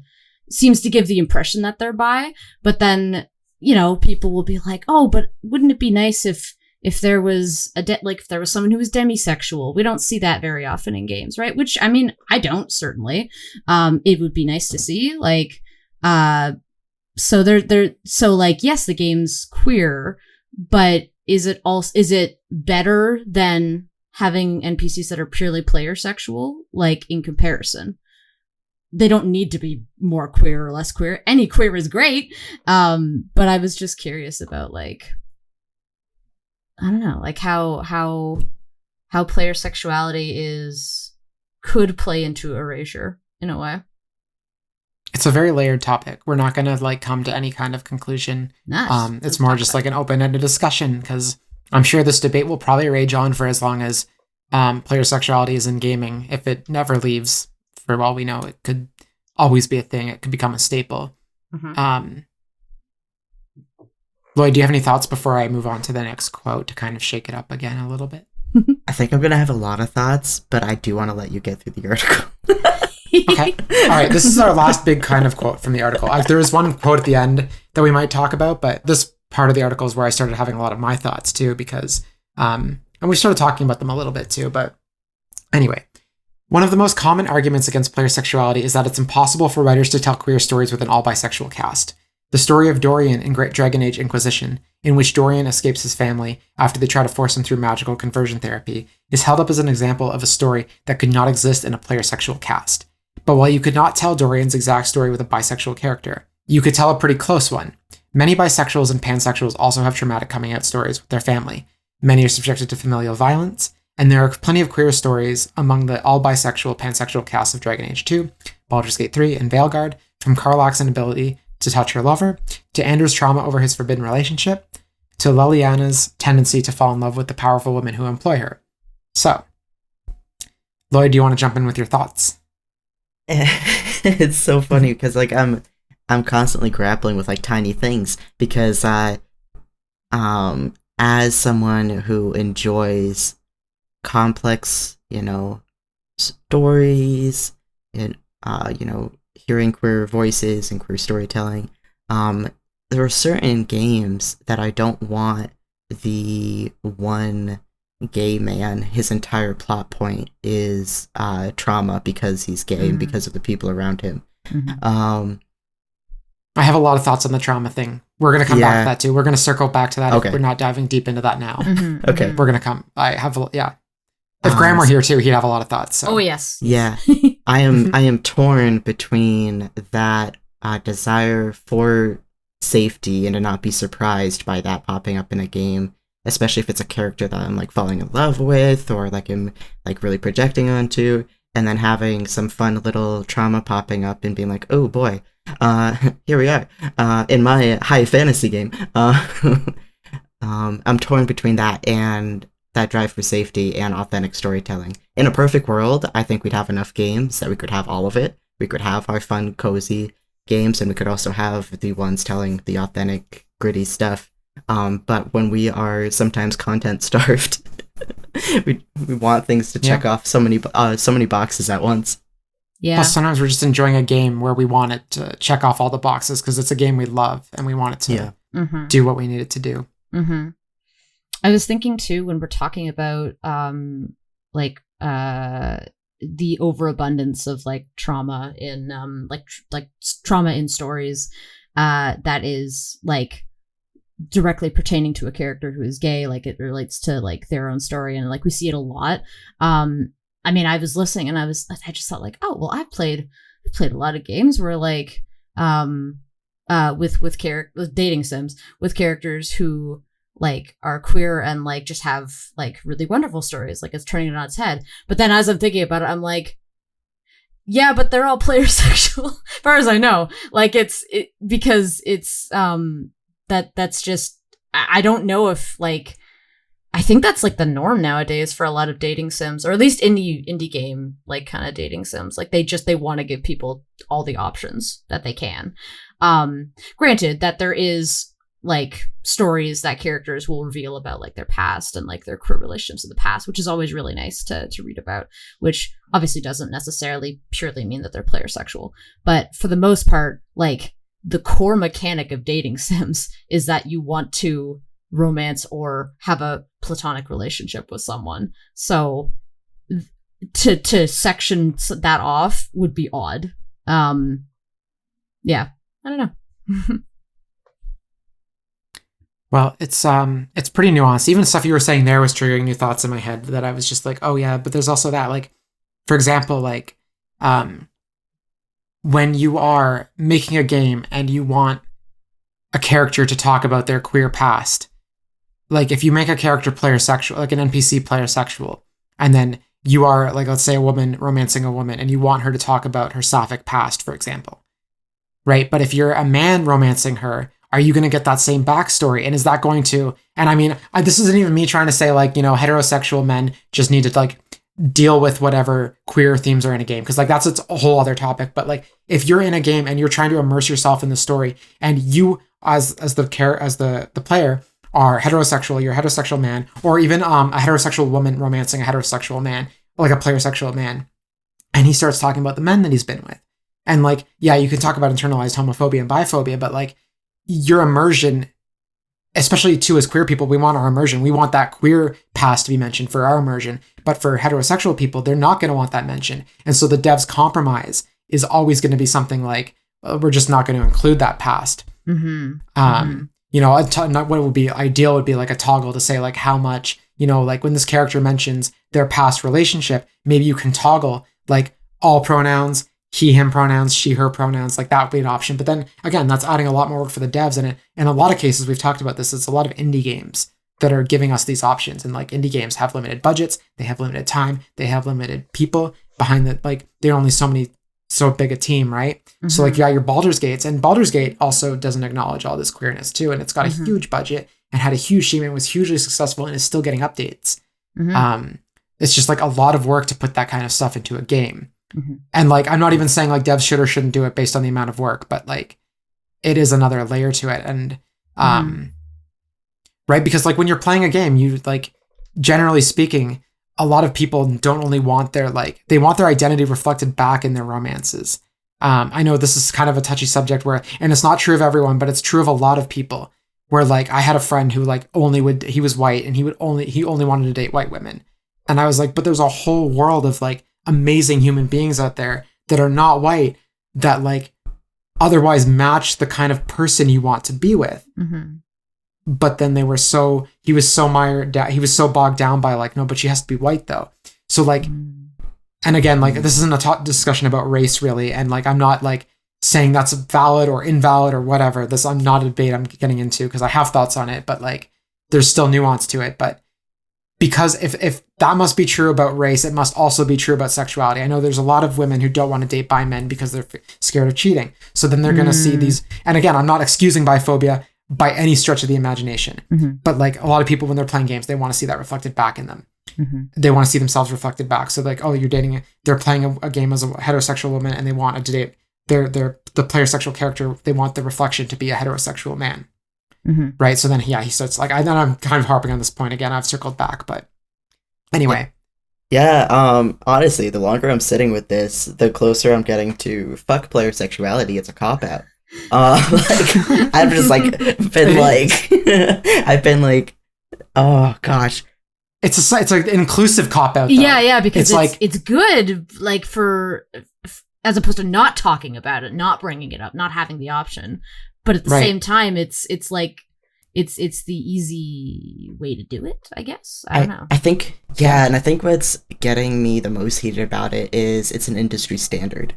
It's either you have player sexuality or you get straight romances. It's, like, more or less, like, it's getting better. You know, we've got indie devs who are, you know, carrying queerness on their backs. But, like, Life is Strange. Sorry, go ahead. I didn't mean to cut you off. It's actually really funny. We can talk about Life is Strange because I've been kind of like, because you mentioned you wanted to put a pin in, not put a pin in, but if it organically came up later, trauma in games. Okay, yeah. Well, there's Life is Strange, which has its trauma, but the actual example, and I'm sorry to cut you off again, but the game I wanted to mention earlier, I just remembered, and you were kind of, like, getting there with the, like, you know, putting it in a game and making it feel authentic, because Life is Strange True Colors has player sexuality in it, but it's definitely not player sexuality. But, like, if you're playing the game as a woman, if you're playing the game as a man, Alex, like, it's probably going to be harder for you to identify with Alex. in a traditional sense. Like if you just want to like lose yourself in the role and role play as a person in the game as yourself. Like obviously you're role playing as Alex, and Alex is a woman. But if you're playing as Alex and I'm a woman who plays as Alex, I had the choice of dating a man or a woman. And for all intents and purposes, aside from some backstory with those, whoever you choose to, there's a one male option, one female option. There's Steph, and I think, oh my God, I want to say his name is Jim, but it's not Jim. But the male character you can romance. But like, aside from some small backstory things with Steph and this other character, it's effectively player sexuality, because the only difference is that you can't choose your gender in the game, which is what makes it bisexuality, because it's programmed to be like, you can choose as the character to romance whoever you want. But like, the selling point was the same reasons, the same thing that sells player sexuality to players, to gamers, to buy something. It's like, hey, you can romance either option in the game. It's not like Life is Strange 1 where you're a woman dating a woman. Or I have never played Life is Strange 2, but you're playing as a man in that game, so I have to assume the romance options are reflected accordingly in that game, whether they're gay or straight, what have you. So anyway, but then you also talked about trauma, and so that's where I'm going to jump off to next, because I don't think there's a lot to say about Life is Strange True Colors. I just wanted to bring that up as another example. And I know I'm kind of like soapboxing this whole discussion, and I'm not letting everyone talk a little bit. Oh, but I'm just going to quickly say, well, thank you. But anyway, there's the concept of trauma. And so this is an argument I actually got from Graham, who's been on the show before. He was in episode 19. I think he was in episode 2. And he might have even touched on this a little bit in those podcasts, actually. So feel free to go back and listen to them. They're great. Graham's very interesting. He has a master's degree. Actually, what is his master's degree? And it's in playwriting, it's right? Fine arts. But he wrote a play. Yeah.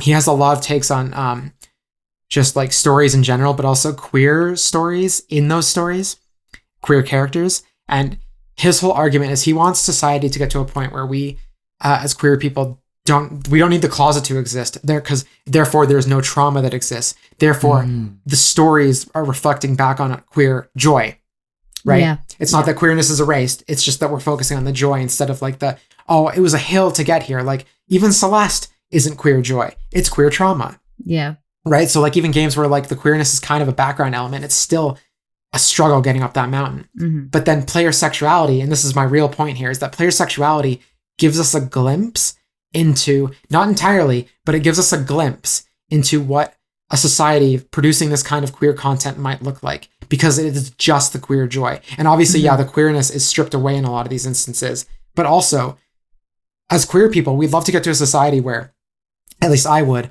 where like the queerness is an afterthought, where like I'm a trans lesbian, or I'm a trans bisexual person, or you're a trans man, or like you're pansexual, like just in general, like where like these things are just like the label, we figure it out and we move on. And the people we are dating also are like that, where the queerness is like, if there's no queer trauma and there's just like a little, like almost like the queer joy doesn't almost exist either, or need to, right? Because it's just is love. Mm-hmm. It just is sex. It just is gender euphoria. Mm-hmm. It just is you, right? Mm-hmm, mm-hmm.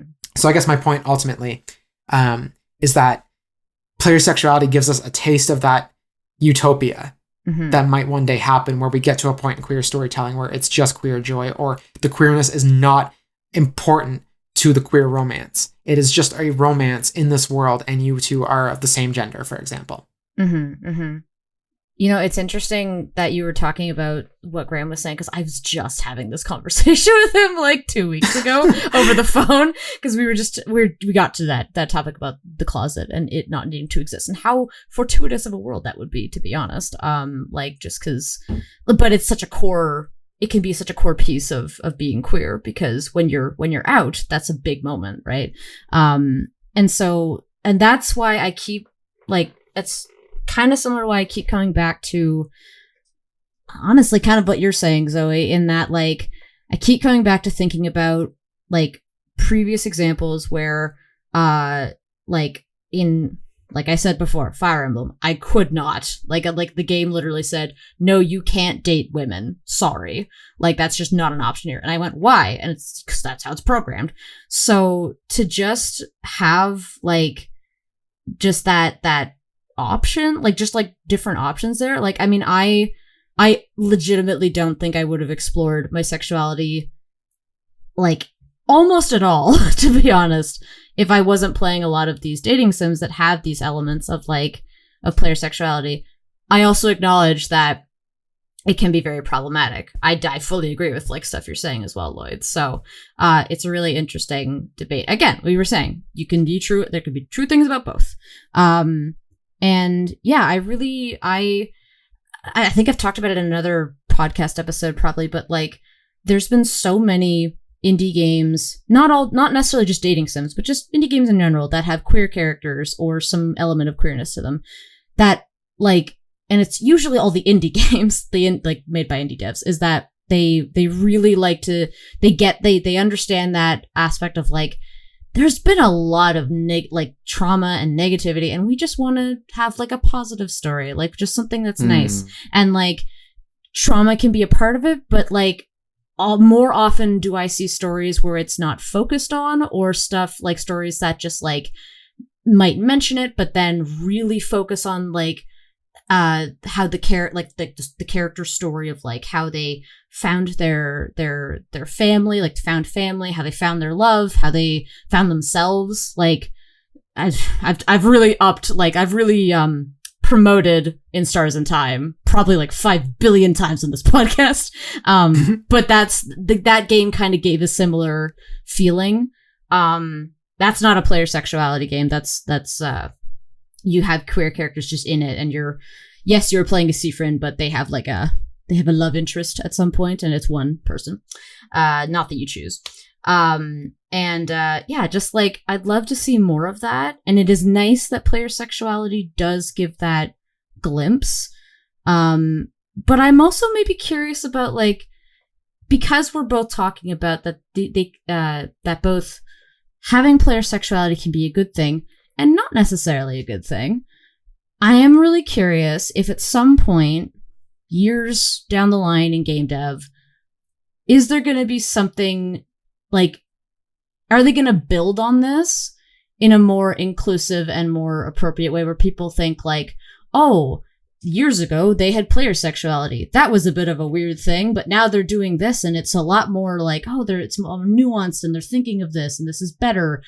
I don't necessarily know what direction they could go with, because I mean, there's pros to both, and cons to both. But I would just be curious to see where that goes. It's a really interesting debate that honestly I didn't even know was a debate since like what I think they mentioned like 2016 was when player sexuality as a term was kind of coined.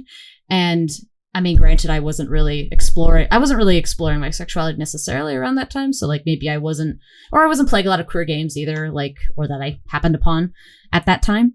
But for it to have like been a topic for so long, like I just am really curious if like some new approach in the trajectory just like changes a whole bunch. And I don't know what they could do to change it, but yeah. Yeah, something that just came to mind that was kind of like chilling to me, like when you were talking about like what they might do in the future, where this could go, in the interest of, trying to reach as many markets as possible. As a whole, gaming has a long way to go with inclusivity and everything. I just had this concept of maybe in the future they expand player sexuality to the point that, if they clock that the player has chosen a male character, he, him pronouns, and that they're romancing someone else who also identifies as a man, then that unlocks, more queer story beats. But if the player isn't, like if it's a woman, she, her, playing the game, and they romance this man, there's no queer elements in the storyline. And for some reason, that was much more chilling to me. And the idea that I could be scrolling on TikTok and see a character that I really enjoyed his story and going along that journey, and then seeing someone else's point of view and all of the queerness is stripped from it. And like that was what came to mind when you were like, well, what might happen in the future? And it could be a very negative thing. Yeah, for sure. Yeah. And I think that's where like some of my like rage is coming from, the idea that player sexuality is feels like the bare minimum for, because it's great, it's wonderful, for it's better than nothing kind of vibes. But the idea that a straight person could play the same game and it have none of the queer elements, have no, and it just disingenuous isn't the right word, but it's like almost feels like we're creating our own little spaces that don't exist outside of us. And so that's kind of what player sexuality feels like it's setting up. Interesting. But how is that any different from, say, and obviously I don't disagree with you, for example, I'm just like throwing a wrench in. I don't like saying playing devil's advocate for the sake of it, but I did think of this while you were talking about it.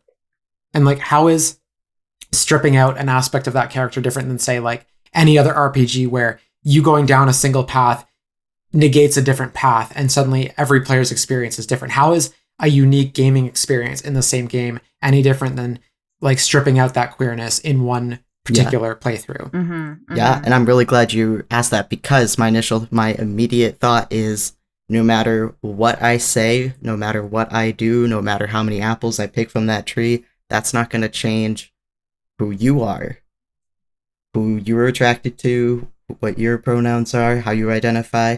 If you were a character in a game, nothing that I do is going to change that. Right. And actually, as well, earlier in the podcast, in our discussion, you when you were talking about games that have queer romance options, just because this reminds me a little bit of my experience with it. So you'd mentioned Star Wars Knights of the Old Republic, which I've played, and I know, and I love that game. It's a great game. And when you brought it up, you're like, oh yes, queer romance options, and I went, oh yes, I remember reading something about that, because legitimately, I didn't even know about it. I was like, I'm just gonna play through the story. That's cool. I didn't know I could romance people. I didn't know, like, I was like, just gonna play through what's happening in the Star Wars universe, because I like Star Wars and this is a cool story. So I had even no idea. So like, I've heard that there's a queer relationship, I believe, with, oh god, I can't remember her name, but she's great. I believe it's like if you're playing a female character, you can romance another female character, for example. But I remember reading about that and being like, wow, did I miss out on like a really interesting piece of story because I didn't do that? Not to say that like my experience was bad, like I really liked the game, but I just didn't even know about that. And I mean, that's an older game from 2003, but yeah, I think there's the question was also raised. I can't remember. I think both of you raised it at one point, but like I think Ekamy, you raised it first. The future of gaming and what the next step looks like, and like what solutions could they possibly take. And I'm not gonna like sit here and tell game devs how to make their games either, because I don't make games. But as a player, like the obvious solution to me is like, if every NPC must be romanceable, then I guess every NPC. And I mean, to some extent, this is already the case, because now we're equating player sexuality with pansexuality. But I guess every character would have to be pansexual. Every NPC would have to be pansexual. But then I guess you'd have to build in the fact into the world that they are pansexual. They would have to say, I am pan. Right. There'd be some backstory elements. But then there's obviously the like, do you turn that off for straight players?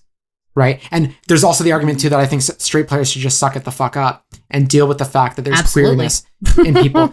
It's just like, do you cater to the queer players who, and to be fair, are like, we are a minority. We like, no matter what, like even if Gen Z is 20% queer in some way, that's still 20% versus the 80%. And I have to imagine the player base is similarly represented. Obviously, there's numbers to kind of like argue that maybe more queer people play games proportionally.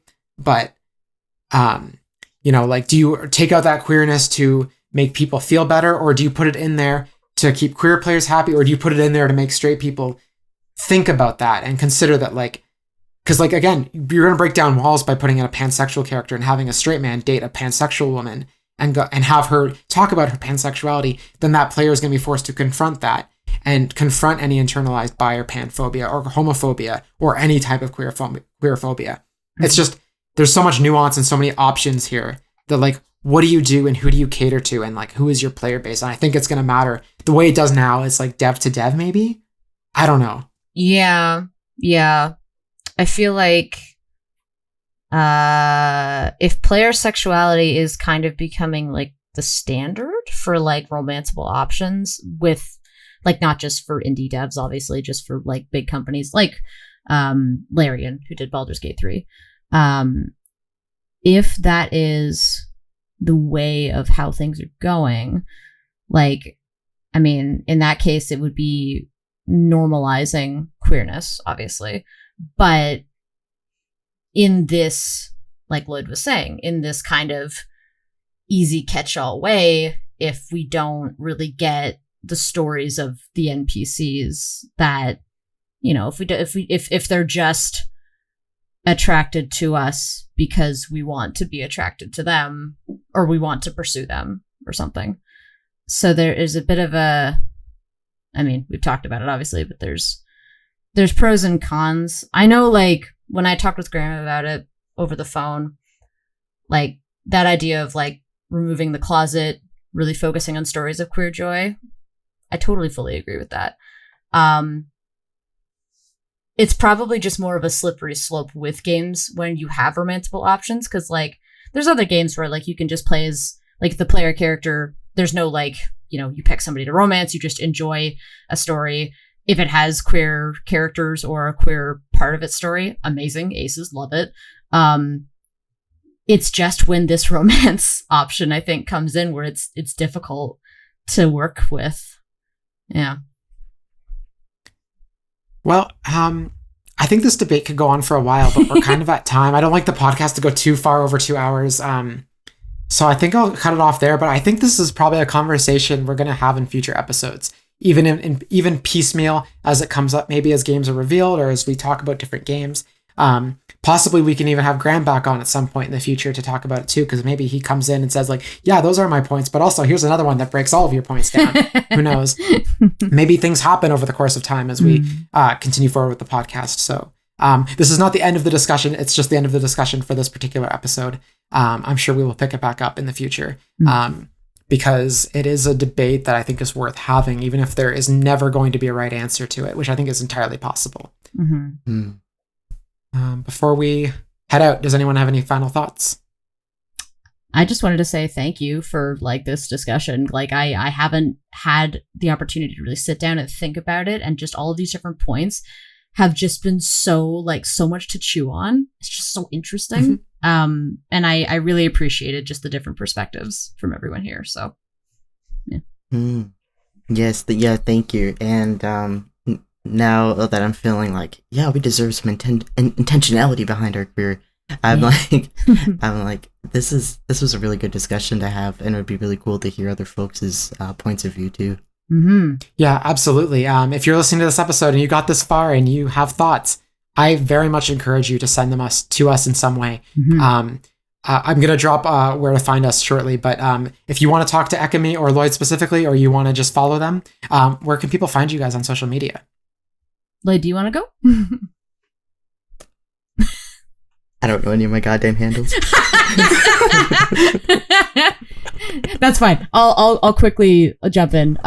So you can find me on Twitch and Blue Sky and Instagram, all under Ekamy. The only difference with my Instagram handle is that because the name Ekamy was just taken, my name is _Ekamy_. Nice. Yeah, you can find me Lloyd_Lloydster on TikTok and Twitch, and Lloydster, all one word, on Blue Sky. Amazing. So if you have any thoughts, comments, arguments, politely, of course, you can direct them to them or you can direct them to the show. But I'm going to jump into the outro, and then you can find out where you can also message True Avatars directly. So before I jump out of the show here, I just want to say thank you both for joining me, and thank you as well for such a great, thoughtful, insightful discussion. Thank you. And that just about wraps up this week's show. Thanks, True Avatars, for joining me for another episode of your Queer Video Game Podcast. If you've made it this far into the episode, I really appreciate you taking the time to support queer-made content, which is a big deal. If you want to support the show, it would be really great if you could leave a rating, review, or comment on your preferred podcast platform. I welcome you to check out the website, trueavatarspodcast.com, all one word. That's trueavatarspodcast.com. You can also find the show on Blue Sky, Threads, and YouTube under the handle @TrueAvatars, all one word, and on Instagram under True Avatars. Importantly, If you or anyone you know is queer and involved with video games in some way, please don't be shy. I would love to hear from more queer voices in video games. Your voice is unique, invalid, and worth sharing with the world. And if you don't want to be on the show or know anyone who's interested, but you know about a cool queer video game or games industry story that's queer related, please let me know. The show's official email is trueavatars.podcast@gmail.com. That's trueavatars.podcast@gmail.com. You can also feel free to reach out via the website or the aforementioned social media pages. Things are tough out there, and queer people need to stick together when we can. Bye, True Avatars. Thank you so much for listening, and I look forward to speaking with you all again next week. Take care and stay safe.